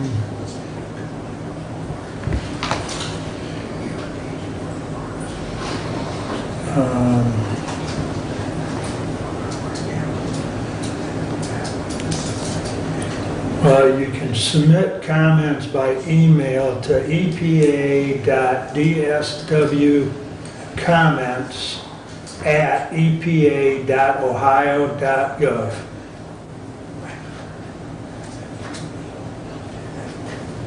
So we'll see where that goes. Let's see, 911, I don't know, did you touch on the? I did not, because it sounded like that you were going to, as you're leading into our closed session, so. I'll make a couple of comments, but yes, we can talk more in depth in our session on negotiations, but we do have 2 meeting dates set up for negotiations of the 10th and the 18th of August. And Brad and I and Tommy and Thomas also have a Zoom on the 8th to kind of discuss strategy, which hopefully this board will help with the direction of that. The sheriff sent out an email, and I think 1 or 2 of us responded as to the AC in the, or the lack of AC in the jail. I guess I bring that up for facilities to look into. There's no AC in that jail. Probably falls under cruel and unusual punishment when it's 85 degrees in there with humidity to match. 2-foot box fan doesn't do much of a job of cooling, so. If I remember, that's on our list of priorities. Yep, we may want to move it up the list. Well, that's a big pot of money. Yep, yep. With that said, another item I have is a position in the clerk's office that Chelsea will be going upstairs to, if I understand it correctly, basically replace Cindy, who will be retiring this fall. So, Abe was going to be here, but due to some election-related duties, he emailed me that he would be unable to be here. So he wrote me a little letter to read to you, that to the Honorable Commissioners, we are asking for your permission based on Resolution 07-050 to hire a replacement for our outgoing Deputy Clerk, Circuit Court Specialist at Level 7. This position has historically been Level 7 since the aforementioned resolution was passed in 2007. When it has not been a Level 7, it was in an effort to be frugal with our budget. Please don't punish us for that. There have been 2 deputy clerks at Level 7 in this position since 2007, and the current employee was set to move up to Level 7 in the near future based on proficiency with election programming. In summary, we see the need to entice and hire a highly qualified individual at Level 7 and move our current deputy in this position to Level 7 while she trains her replacement. Our outgoing deputy clerk will fully transition to Circuit Court by November of 2022. With respect, Marnie and Abe. I believe in my discussion with them, I'm supportive of this. I would like a motion. I move to allow the county clerk's office to hire an individual to replace the outgoing deputy clerk, circuit court specialist at a level 7, year 2, with a start date no sooner than August 15th of 2020. I'll support that. 2022, I will excuse me. support that. Thank you. Discussion? My problem with this is the year 2. This body, the elected officials, have and we're going to talk about this in a little bit, we have an approved wage schedule. It has a higher rate. If you don't like it, then we change the schedule, otherwise you stick to the schedule that you negotiated 4 years ago. The other thing is, I like the idea of what the clerk has done in the past, of hiring them as a level 6, get them trained, once they're trained, move them up to a level 7 position. The incentive being, once you get training, you get higher pay. So I'm not in favor of this because of the level 7 right now and the year 2. Other comments? I would say that, as Abe and Marnie indicated in their statement, that they're trying to hire a high-quality individual, and I'm going to consider their expertise in hiring the right person, and if that's what it takes to get them here, you're not giving them the whole house, you're giving them a little something. So, I understand your concerns, but as Abe indicated, Chelsea probably should have been at a level 7 prior to this. She may have been, but she would still be in the current year that she's in from her date of hire, which is the year 2. And are we gonna go and change all the other people that have been hired in the last year to a level 2, to a year 2? I don't think we are. And so I think we set the wrong precedent by saying, well, we're gonna bring you in, but because our wage schedule's bad, we got to bump you up to year 2 in this position. But in this other position, we're going to start you at the higher rate. Again, I think you rely on your department heads and elected officials to their discretion of what they need to get the people in place to do the job. And I don't think this is the first time we've done this. I think we've done it in drains. And I think you've advocated for it in drains. Because you don't think that those rates are right. And in order to get somebody hired, we hired them way up the level. So this isn't unprecedented.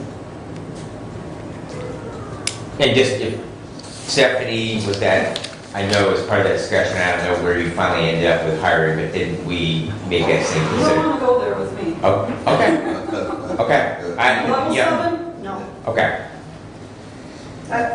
So that did not happen, okay, so. Well, they- just for clarification, they weren't at the higher rate, though. They were up on level 6, Okay. but they were, it's like a year 2, I think. But this position is a level 7 position. Right. It's just Right. the clerk There's a resolution chose, back from 2007. Right, To set it at a level 7. and the clerk chose, and could hire at a level 6. Well, But when she was hired, and again, I don't know exactly, but 2 years ago? Who? Chelsea, 2 years ago she was hired? Something like that. Okay, and again, the environment for hiring was at a tad different than it is now. You know, I don't know. But we do have to, at some point, I mean, to some degree, you have to rely on those department heads and elected officials to do what they need to do to get their people in place. Work for everybody. those departments, those, The resolution, the resolution from 2007 is a terrible resolution because I'm sorry, Mr. Chair, it doesn't say what title is going to be a level 7, what title is going to be a level 6, what title is going to be a level 5, and what title is going to be a level 4 in the clerk's office. then I would suggest if you don't like 0750 that you bring forth a different motion to rescind it, because until this is rescinded, it's on the books. And it authorizes that level 7 position.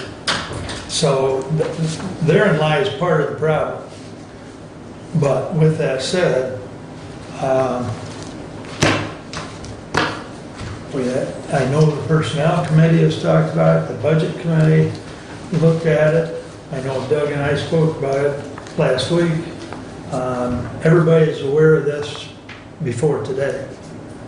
So, and I know we've green-lighted at least 3 positions by information coming to the Budget Committee and the Personnel Committee, and then we've slid in a resolution in consent agenda. This one we've chose to do up front, but it could have been put in consent. Any other comments on the motion that Kathy read and was supported? I think we better do a roll call, Jody. Commissioner Leininger? No. Commissioner Ingalls? Yes. Commissioner Schmidt? Yes. Commissioner Wiley? Yes. Commissioner Benzing? Yes. Passes 4-1. Do you want me to do the second? Go ahead. All right. I move to increase the current deputy clerk circuit court specialist to a pay scale of level 7, year 2, effective on the start date of her replacement until such time as she transitions into a full-time position with the circuit court. Support. Moved and supported. Same argument? No. Okay. I'm just asking. Is there any discussion? Roll call. Commissioner Ingalls? Yes. Commissioner Schmidt? Yes. Commissioner Wiley? Yes. Commissioner Benzing? Yes. Commissioner Leininger? No. Passes 4-1. Thank you. And that's all I have unless there is a question. With that, I move to go to closed session pursuant to MCL 15.268(1)C for negotiation strategies regarding collective bargaining agreements. Support. go ahead. Commissioner Schmidt? Yes. Commissioner Wiley? Yes. Commissioner Benzine? Yes. Commissioner Leininger? Yes. Commissioner Ingalls? Yes. And I would ask that we have our finance director Yes. join us in that close. That was, yes, that was stated in the email, yes. All right, if everyone would step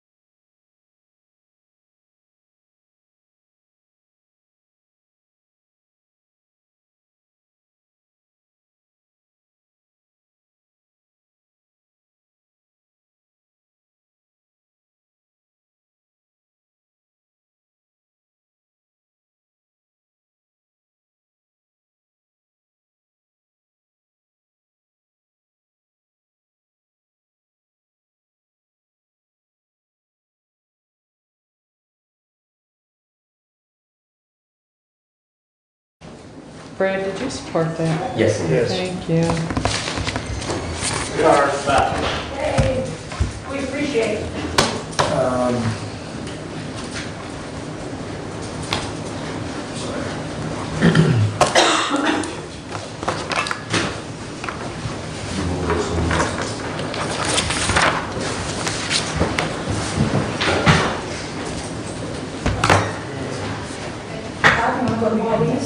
Make sure we're on YouTube. You got a sign, you got a black pen? It's blue. That's all right. We are back. You got us back? Okay. Excuse me. All right. Thank you all for coming back. Public comment. Carol? So a few things. I was just emailed by the sheriff. He seems to have forgotten that I sent him that email. So I did forward it along, and I forwarded it along to all of you as well, along with the one I sent to Andrew Fink, who got a response that there was nothing he could do about his prior election. Let me call to your attention here, Executive Order number 13848, Section 8 FNG. Foreign interference in elections is going to be a huge crime. So we know, based on a few reports, that the machines were hooked up to an internet. We also know that 1.6 million clerks and election teams' information is stored in Wuhan, China. So I would encourage you all to do your homework and request an investigation to the election, because anybody that had anything to do with it is going to be charged and not able to do business in the United States as far as money is concerned. I also want to bring to your attention the study grant that was obtained for the courthouse and why it's not being waited on. This is taxpayer money, again, being wasted, in my opinion. Every time Randy comes in here, he is forceful in what he's doing, and you guys just go along with it. I think there's only been one time in almost a year that I've seen him not get his way. That's very disturbing. And so, yeah, I'm not sure if you investigated the election at all.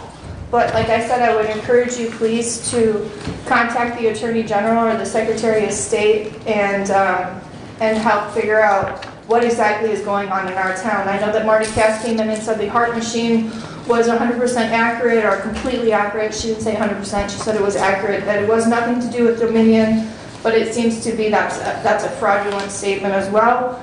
Based upon the ERIC, which is electronic retentions of records, it seems that people, even though it's registered within 30 days, it changes every month. So people's registry keeps coming up that they voted over here, they were never here, they actually voted over here, and so there's definitely some discrepancies. And like I said, I would like to know who's all involved, why there's not being anything done, or if you guys have any intention on checking into that and holding your sheriff and the clerk to actually do something, because I'm requesting it publicly. Thank you. Thank you, Carol. Kelly? Or You go ahead, do you care? No, it's so late. 100%. Thanks, Kelly. good morning, guys. Good morning. So first, I appreciate Commissioner Benzing, your sentiments when we were addressing the annex. I'm going to be honest, I'm very disappointed that this is where I heard about the annex and that there was a potential for sale. We're not talking, again, Commissioner Ingalls, about displacing people. We are. You're talking about displacing a branch of the government. This is access to justice that we're talking about. It bothers me if my facial expressions alone are not enough, and I've been told that they are often in court, that there would be a suggestion that Randy figure out a way to squeeze us back all over into the circuit courthouse when we've already had this conversation and met multiple times throughout the past almost 2 years that this current board of commissioners has been seated. The determination was that it was not going to work based off of our current needs, at least not from the court's opinion.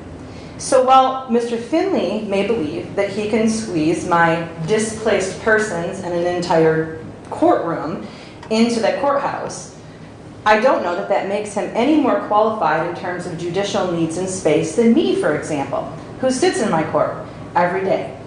I invite all of you to come to the district court during a jury trial.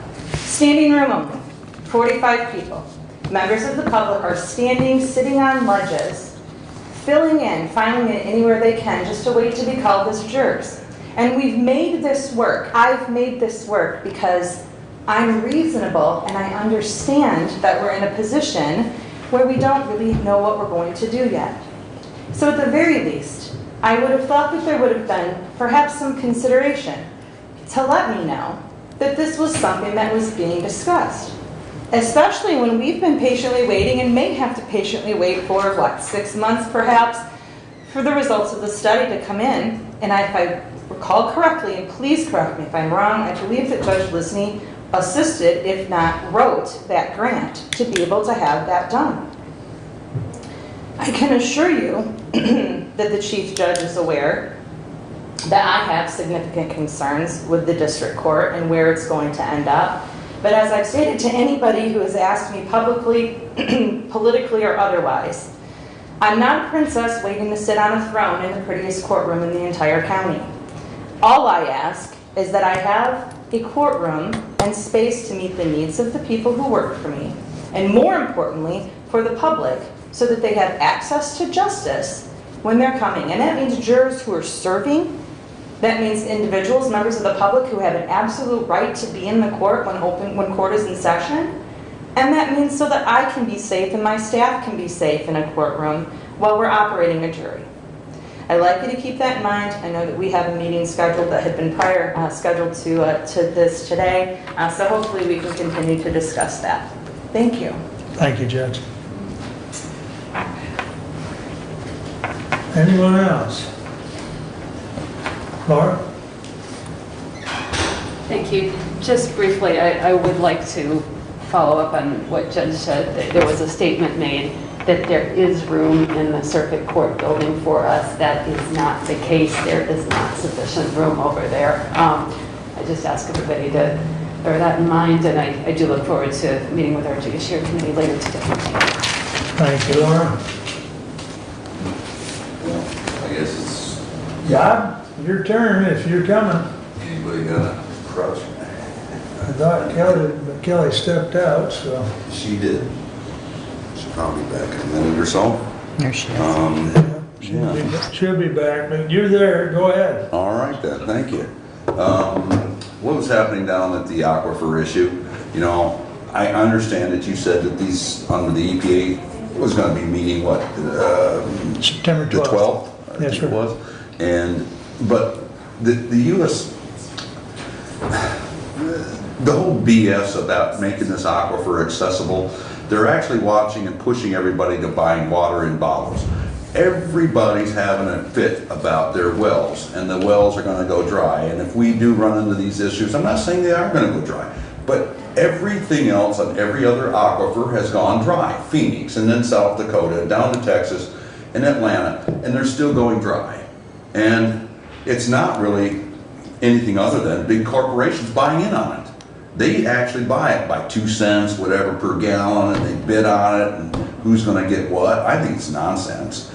But I'm hoping, Mark, that whatever you've done down there, whatever you weigh into, that maybe looking at finding out where in the hell this water is going to actually end up, because I just don't see us siphoning out of our water hole in doing that.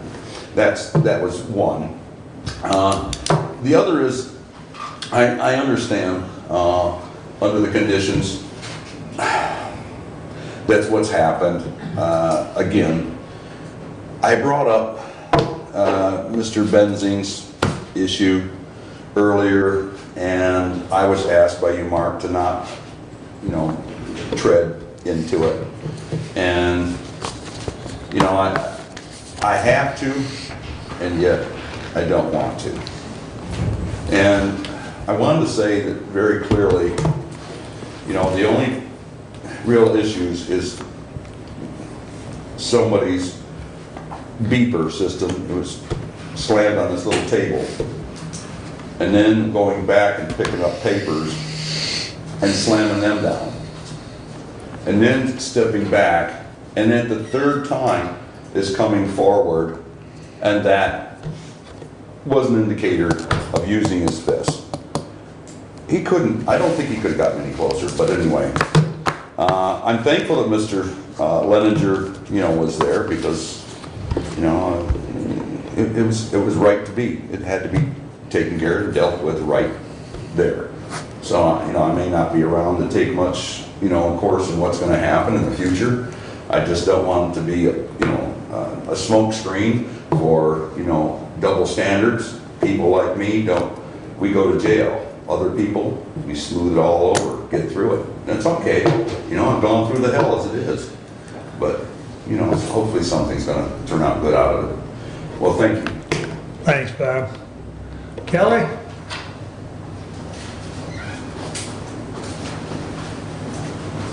Get up there.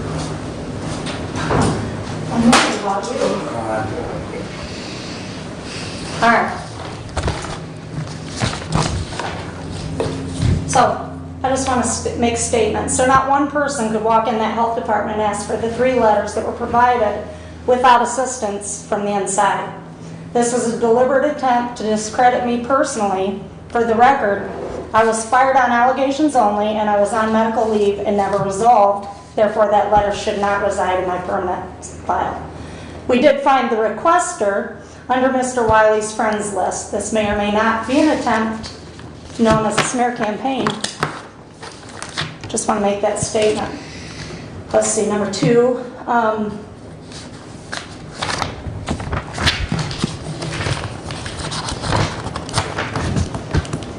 So I'm very uncertain about the honesty and the integrity in this upcoming election. We know about the voting tabulator that's been confiscated. We know delegates have been deleted. We know that this team in Hillsdale, Michigan doesn't play well together. I joined the Republican Party on October 6th. I thought it was a really cool thing. I thought people just got involved, and what I found really is that everybody's just against each other. I'm very sad for that, so I've tried to just stand on my own 2 feet. I've not taken people's campaign signs. I've purchased my own very cheap, simple signs with what I can afford as an unemployed person. And I was kind of proud of that. I've had a lot of people offer to give me campaign money, and I've denied it. Because at the end of the day, I just want to do it for me. I had a comment as one of my signs were stolen, a comment to tell mates that I'm the good sheriff. The reason that was told, this is the answer to the reason of why it was stated that I'm the good sheriff. The reason was told, I know you are part of the commissioners' meetings and hearing things like I don't follow county policy. I just want you to know I am not reckless as a sheriff. So just a comment. I'm going to give you guys some comments that I'm dealing with personally. And it's very offensive. I'm a good person. I've lived here. I've grown up here. I love Hillsdale County. And I'm really kind of in a bad spot to think that I'm being put in this direction. So the second part, yesterday I'm with my family at the Mexican restaurant. We walk out. We're all kind of saying goodbye to each other. And I've got a lot of kids and a lot of grandkids, and we're all standing there. And my granddaughter says, "Grandma, why is that cop staring at you?" And I turn around, and here's Wes Ludiker, just like this in the parking lot with his badge showing so I could see it. I'm thinking, well, this is odd. So the person that I am, I said, "Hey, how are you?" And he says, "I'm good, thank you." And put his arm around his wife and walked on. Well, a family that was with us said that he had been standing there for quite a bit, just staring at me. Now, I'm going to speculate that he was just there maybe checking my family out because we're just that cool. I have an awesome family, and we're happy and go lucky, and I just hope he was looking at all the love, because I know definitely he's not looking at me as a person, and I know he's not following me, and I know he's not tormenting me, because there would be no reason for that, okay? Third part. So I get this email. This would be a message that came from Roundy Butcher. "I'm way behind on live today. I have a house to clean, a sheriff to please, sergeants calling me, people to turn in, and hair to pull out of my beehole, and people can't pay a effing $1 a month for F's sake." Okay? But the part that got me, the big part to that is, I got a sheriff to please and people to turn in. Okay? That's the same person that put my stuff all over the internet. Number 4, let's see, I got number 4 here. Oh, no, I'm about out of time, but.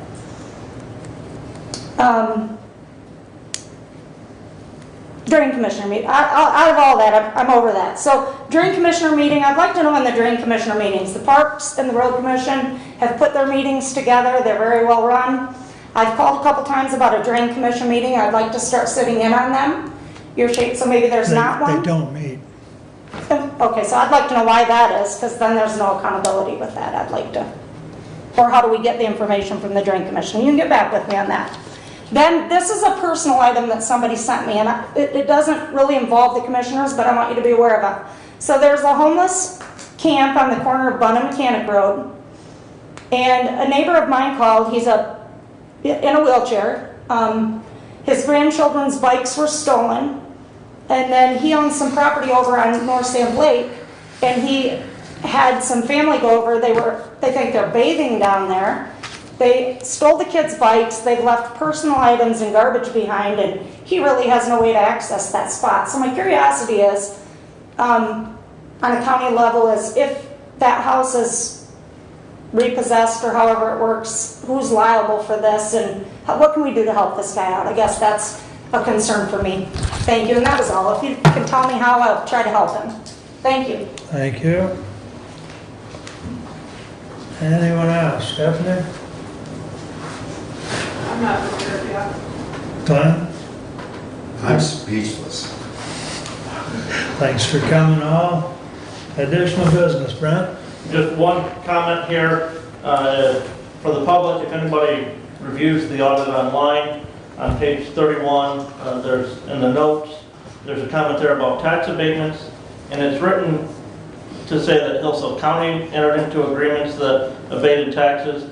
The county entered no agreements. Those are agreements entered into by local units of government that reduce the county taxable revenue.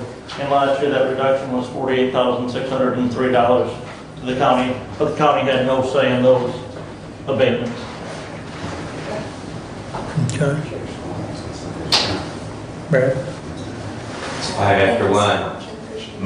Motion that we be paid a half day per diem instead of a full day. Support. All in favor? Aye. Opposed? Anything else? I think that does it, thanks. Kathy? I'm good. Doug? No. I'll just make a quick comment on the aquifer. We did have a meeting last week, I think I mentioned that, but in any event, USGS is in the process of putting together data that will help all 3 states to assist them in granting or not granting permits. But keep in mind, this process probably should have started 20 years ago to get data. 2 of the wells that Rob Darner from USGS was able to show us some graphics on 2 of the wells in Ohio have been recording data for 2 years. Interestingly enough, they're kind of straight line as far as their level, except for in the month of July. It spikes, then it comes back down and keeps going. I can't remember, or it spiked down.